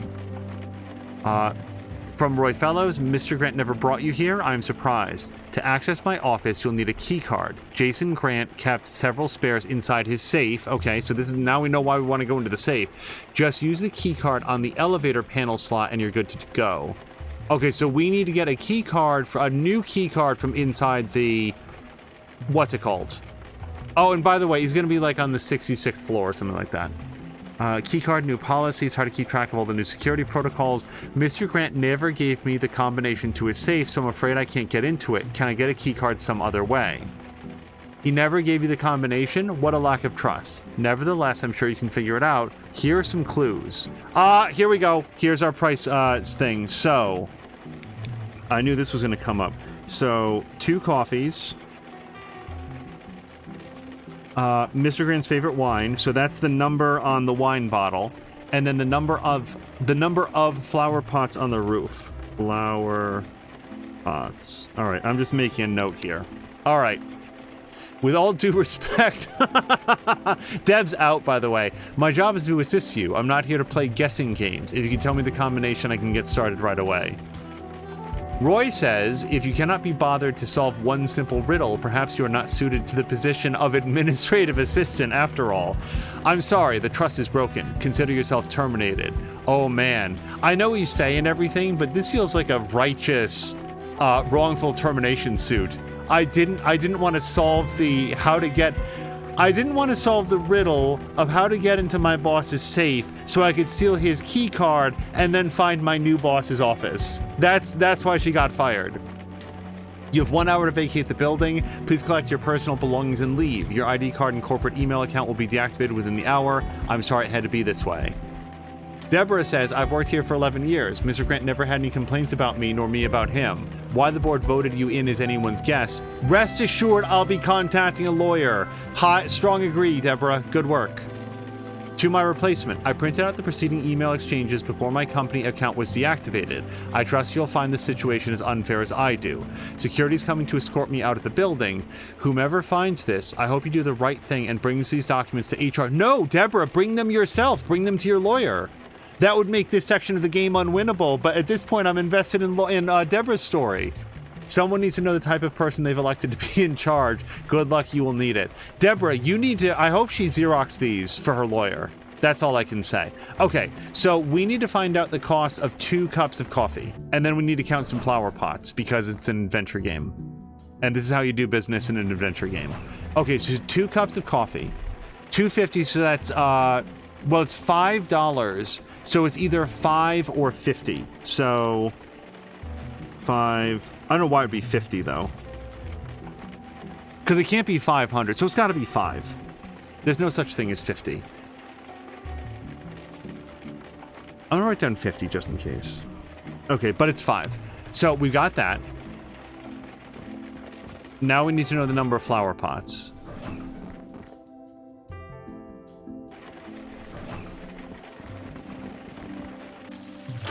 Fox McCloud is saying these low graphical games have more emotional impact than AAA games. Yeah, we should leave him alone for now.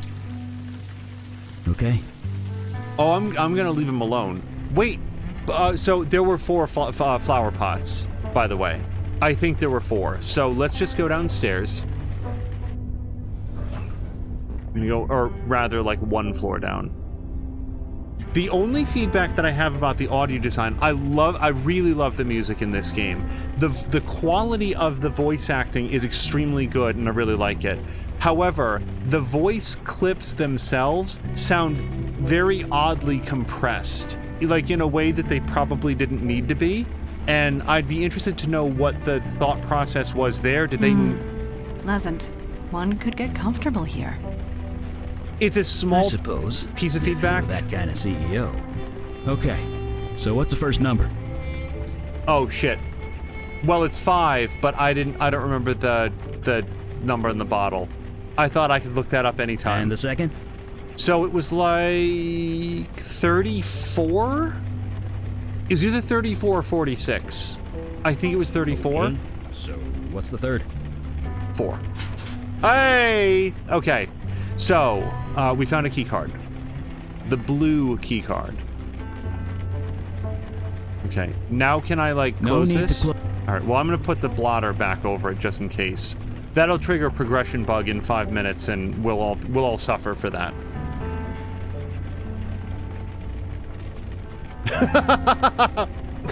Blah blah blah is quoted, there's no such thing as 50. I was thinking of, like, for the puzzle. And Fox McCloud was also about to say that was very unprofessional. Solve the riddle Sphinx, and then you will be able to keep your job. So, okay, right. So now, we're gonna swipe the blue key card. That was unexpected. Dunno. The elevator's moving, so I guess it's fine. Yes, for now. Eli, you are aware there are 30 floors in this building, correct? Yep, that's right. You are also aware we passed the 30th floor several minutes ago? That's also right. Well.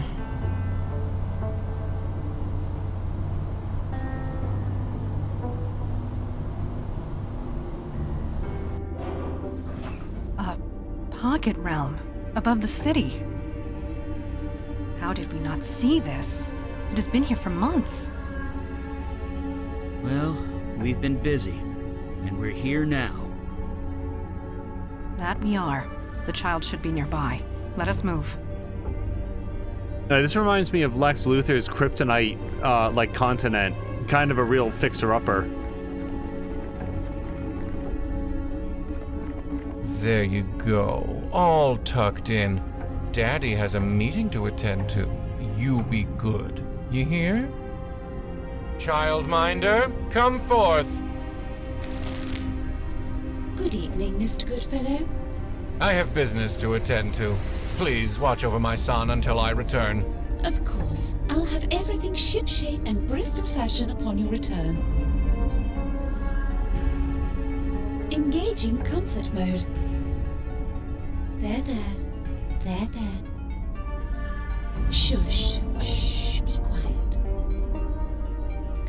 The baby looks surprisingly cozy in his ice crib. Hush now. For some reason I thought this was crystal, not ice. I say, is that fire magic I'm detecting?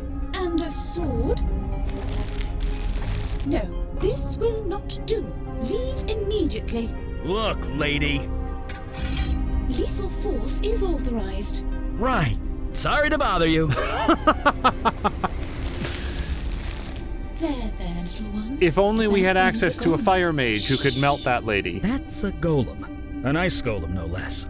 A mindless automaton, created to follow a few simple instructions. Will your fire magic be effective? Not from here. I need line of sight, and I'm not sure what kind of defenses she's got. It can sense my fire magic and your sword. I don't think we should go out there. So it's up to me. And we'll hold on. We'll figure this out. We're not leaving without the kid. Thank you. I mean it. Just try and distract her, or make her look away so she doesn't see me.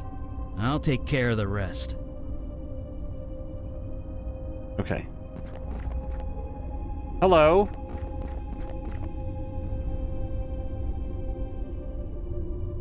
What are you? That seems like a very rude question, but... Engaging exposition mode. My function priorities are as follows. Priority 1, protect the child. Priority 2, nurture the child. Priority 3, entertain the child. For all inquiries, please contact my creator, Goodfellow Robin. And you're here to take care of the baby, which is all of the things you just said. It is my humble duty to watch over all children given to my charge. I don't feel like this is going to go over very well. We've come for the baby. No, I don't think so. You're not an authorized caregiver. Please contact Goodfellow Robin to receive access. Have we... I don't remember the name Goodfellow Robin anywhere prior to this, so it's not like we can go to his office or something. This baby was stolen from his parents. I haven't the foggiest notion what you are referring to. Nothing untoward has taken place, I assure you. I'm gonna go. Cheerio. So...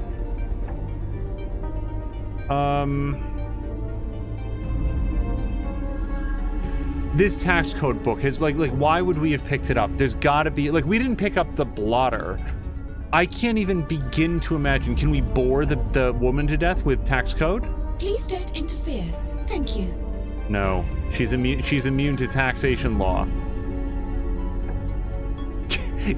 Can we give the wine to the baby?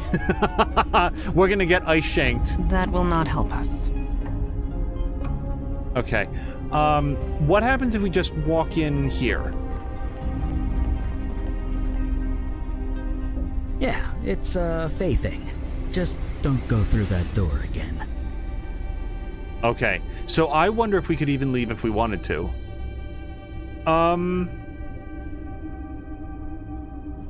So, I feel like I have very, very few options here.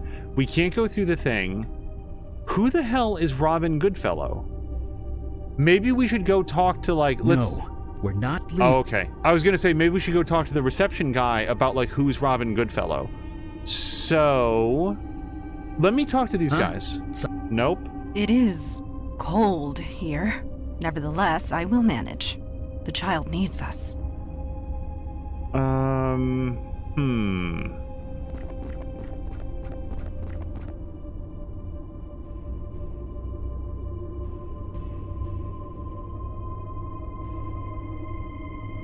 S Corp tax code. And it's not like I can I use this on me? No.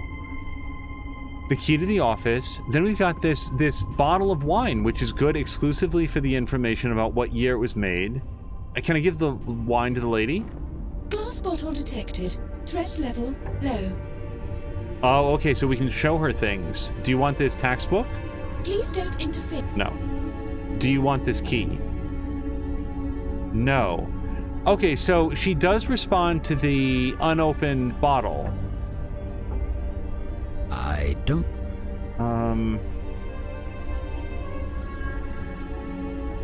Glass bottle detected.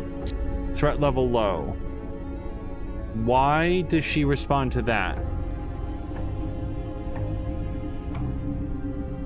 Like, I don't think the wine isn't flammable, is it? I mean, not all alcohol burns, and I don't think that most wines would have a high enough alcoholic content to burn.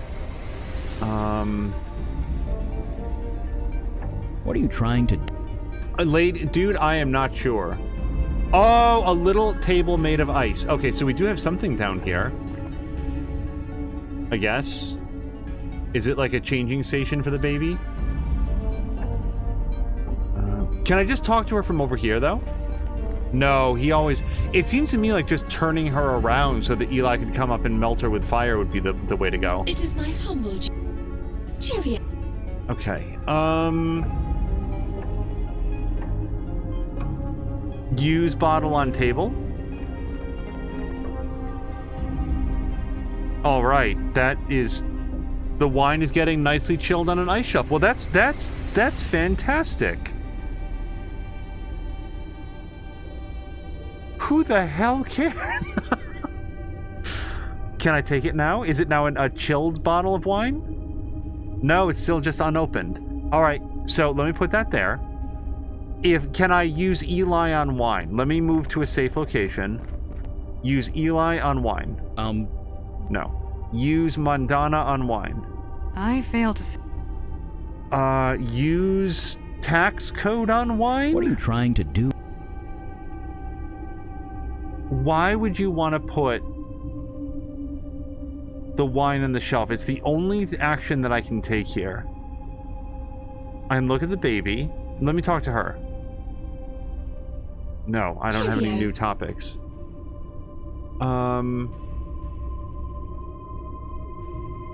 He specifically said don't walk through the door again. I don't think this will kill me. So far, nothing has killed me in the game.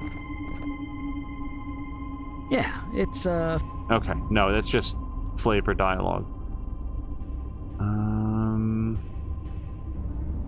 No. Yeah, no, we can't go back down the ice path. I actually like that because it very much limits what we can do. Whatever we're here to do happens on this screen. Why would you put the wine on the ice shelf? It gets nicely chilled. Who cares? Maybe if I show it to her now that it's chilled? It doesn't say that now it's like a chilled wine bottle, but... Cheerio. Glass bottle detected. I don't... The fact that we can do this feels important. We have no glasses, we have no utensils, we have no lighter, we have no corkscrew to open the bottle. I don't see what this would do. And we're supposed to distract her, is what it said. A little table made of ice. Entrance to a dark cave. The ice creature gazes protectively over the baby. The baby's cozy in his crib. Nothing else has, like, an interactive to it.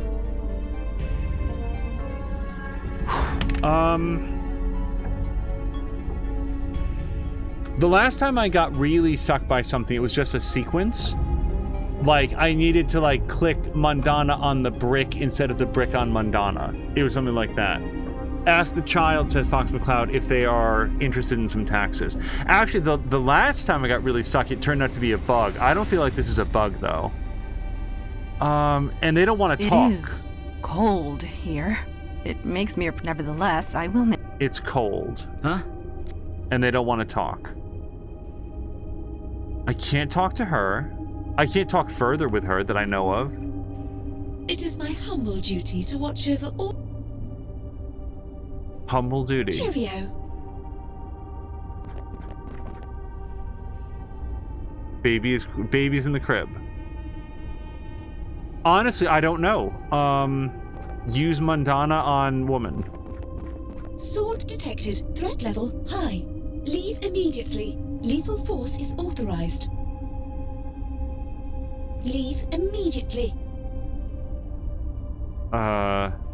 Leave.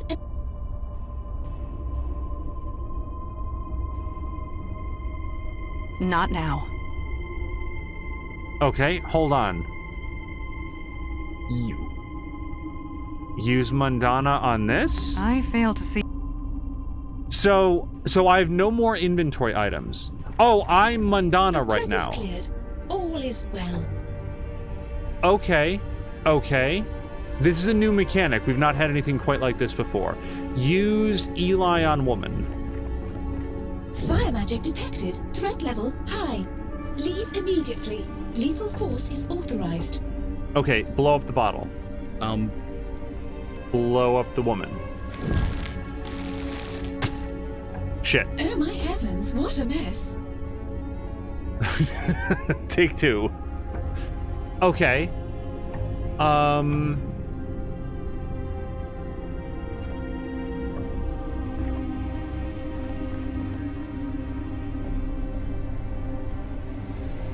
Well, I mean, we have some new stuff we can do by having...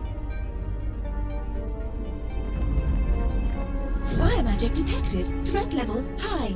Leave immediately. Lethal force is authorized. Okay, but as long as I'm here, I can't do anything. Not while that ice thing is still. Leave All I can do right now is... Well, I mean, theoretically I can use Eli on something, but what... Okay, so if we can't do this. We can't do this. If we use it on her, she Terminator 2's him.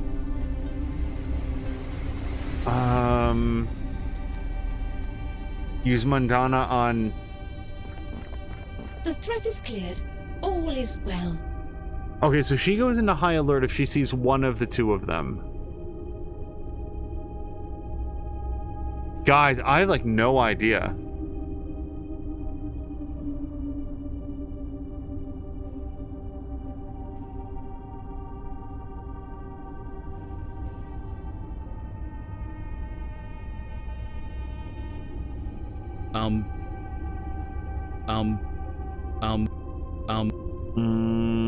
Nope. Okay, and now Mundana on some of these things?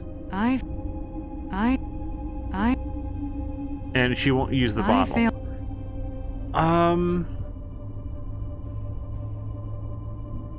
Honestly, I am so stumped right now.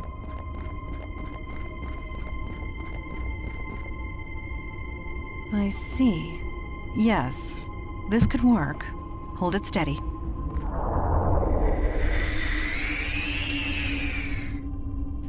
Okay. So when she was saying it makes me miss my bottle. When she was saying that it's cold up here and it makes me miss my bottle, the clue was that she could go into this bottle even though it's listed as being unopened. Why? It would never have occurred to me that she could go into the unopened bottle, humming slightly as if alive. Okay, so now we can put this here. What is happening out there? Everything's gone ice cold. Okay, so now we can move up here, and now Eli can come around the corner. Fire magic detected. Threat level high. Leave immediately. Lethal force is authorized. And now... Not while that... Leave. Okay, maybe we don't do that.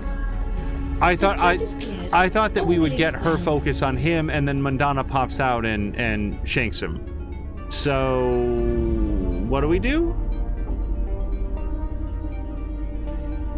What the hell do we do now? Maybe this isn't supposed to be on the ice shelf? Hold on.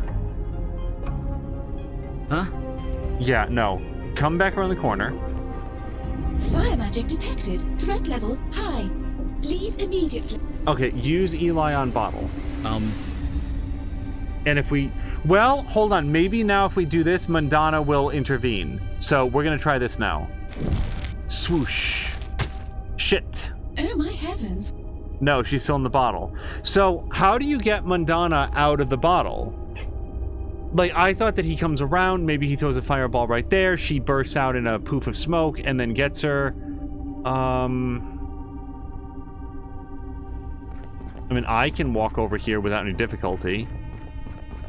Huh? I can't talk to him. Mandana's in the bottle.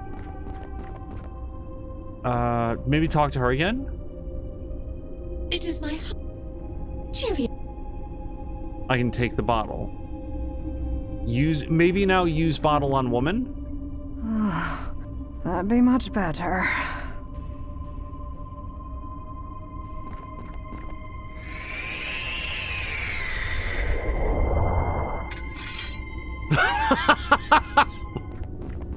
You got her? You want to mount the rest to be sure? With pleasure.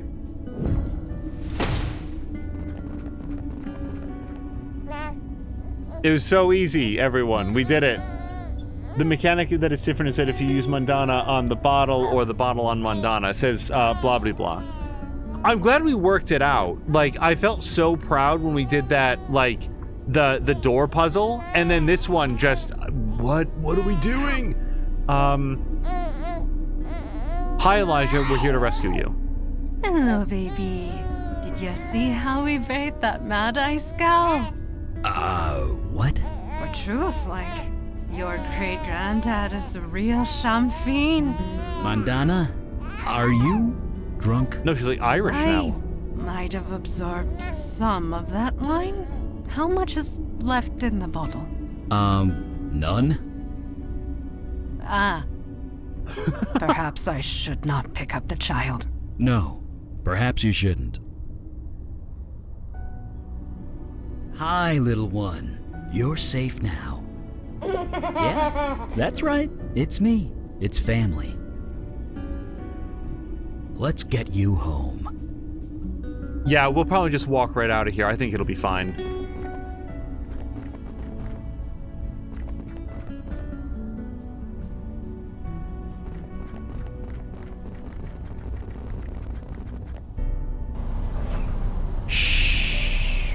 It's okay, son. Ooh, too fast, elevator. Too fast. You're not gonna throw up in here, are you? No, I just... Oh, that's better. Really? I'll lay off. The wee one likes it. See? Tell her truth. That's me. Jeez. I went to get one kid, but came back with two. Not that I'm complaining, but why is she suddenly Irish? Does she have a very subtle Irish thing normally going on that I have never picked up on? You look natural holding that baby, Eli. I bet you were a good dad. I don't want to make him sad, but that seems like a nice thing to say. Because I'm holding a baby? Babies are simple. You feed them, shelter them, keep them alive. Even keeping a baby entertained is easy. I mean, heck, they laugh at anything. Cut that out. But raising them, molding them, teaching them right from wrong. Did I do that right? I have no idea. I can only hope I did. But it's out of my hands now. That's all I know. Also, so blah blah blah. Thank you very much for blah blah blah for like holding this until like after it was done. Because if you know the secret to something, sometimes it can be frustrating to watch somebody work it out. But blah blah blah has now clarified the table was used in case you had Vicky with you. It is very confusing if you can interact with things that you don't need.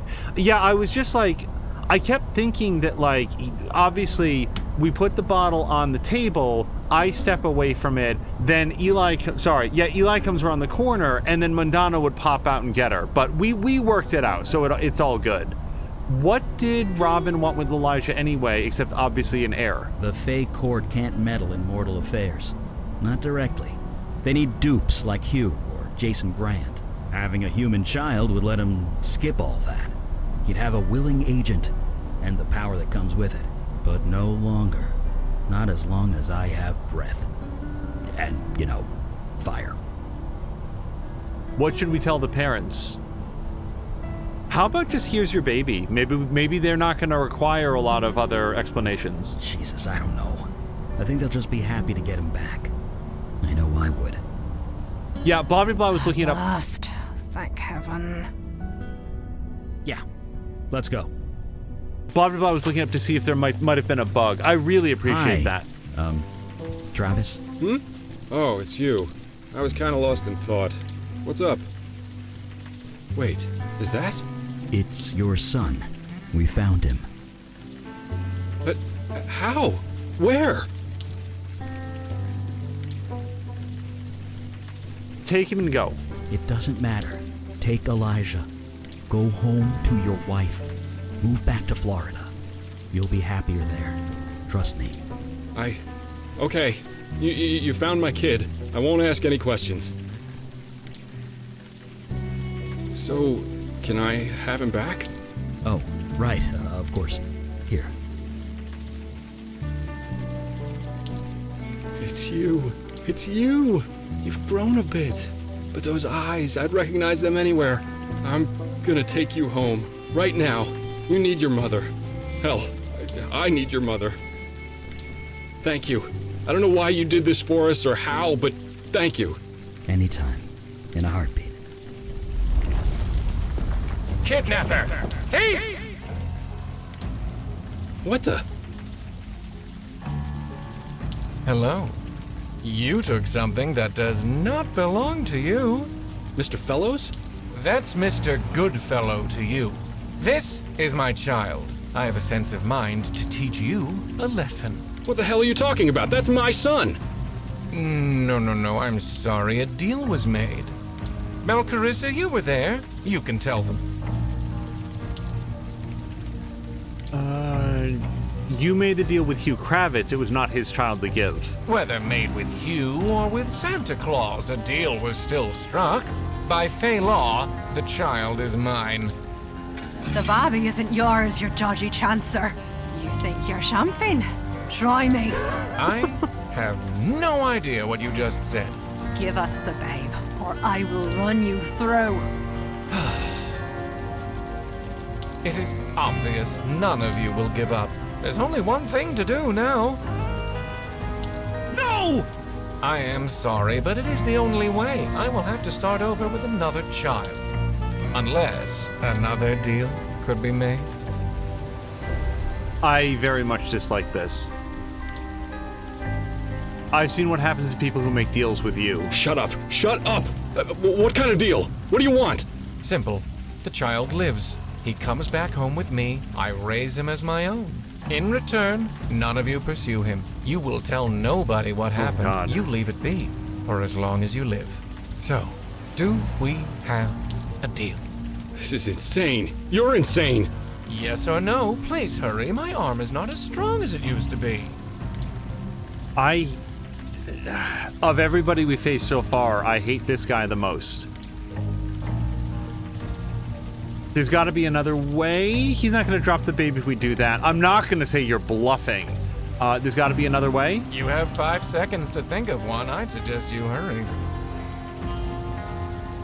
You win. It is done, then. This isn't happening. This isn't happening. Don't worry, I will take very good care of him. He'll want for nothing. Isn't that right, my boy? What have you got to say to that? What? Get it off me! Get it off me! What? What? No way! No way!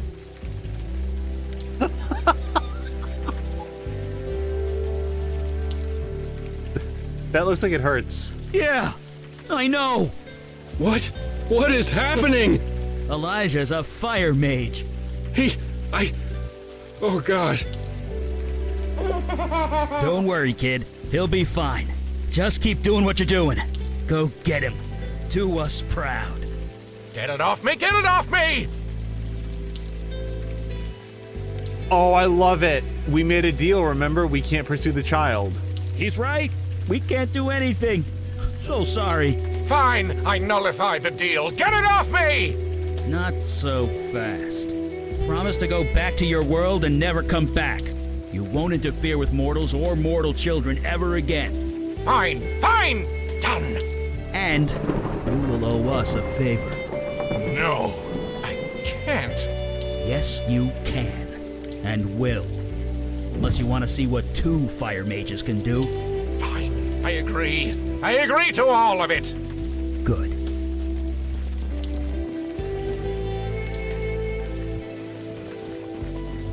You're a little prodigy, aren't you? I didn't come into my power until age 50. Enjoy your respite while you can, Fire Mage. The hunters of Alden will be very interested in learning about that child. Burn his bones to ash. I'm sorry. What? What will the hunters do to it, I wonder? Oh, it will be a pleasure to find out. Blast him. Nobody threatens my family. Nobody. And I'll be watching you from a distance. If you ever need me, I'll be there. Okay? And you watch over your mom and dad, too. Don't set their building on fire. Deal? Let's get both of you home.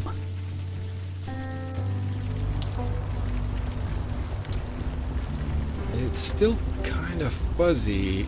Did my son burst into flames? What do you think?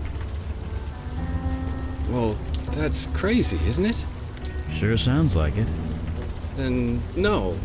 No, I don't think he did. Trav? Trav, is that you? Win? Yes, it's me. It's both of us. But how? It doesn't matter. Elijah wants to come home. And so do I. Is that okay? Can I come home too? Don't be an idiot. Get over here.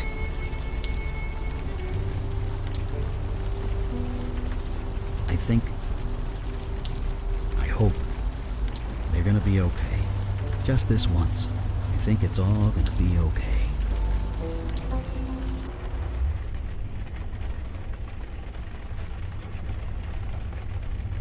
All right, and that's perfect. What a great couple cases. I will just lean in here to say I'm not sure, like, for me, 5 solved. I don't know how Winnie and what's-his-face? Travis look at each other the same way again, given the fact that she was telling him the God's honest truth, which was a story that could not be believed, and he went to the next most logical explanation that she had taken her eyes off the child had gotten kidnapped, and she had concocted this weird story, maybe not even consciously, about him just like melting away in her very arms. So he didn't believe her when she really needed it, and he couldn't believe her because the story that she's told was so preposterous, even though it was true. I don't know how they get back together after that.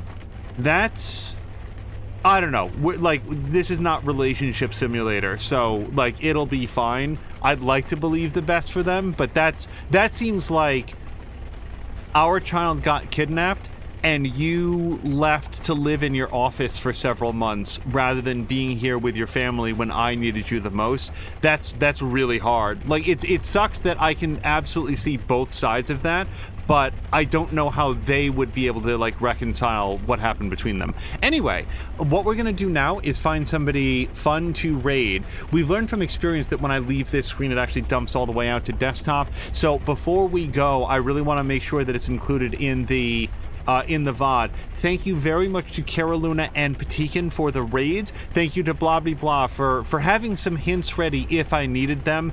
It it was just one of those scenarios where I'm very, very glad that we were locked into that one screen, so I knew, okay, we don't have to go downstairs and talk to the guard, we don't have to go back and talk to Winnie, whatever we need is here. And it was introducing a heretofore unknown mechanic where I could sort of like have, you know, Mundana or Eli step forward, and it's like, okay, how do we make use of this new mechanic? And it, like, ultimately the answer turned out to be very simple and easy to understand. It's just I was trying every other thing first. So there we go.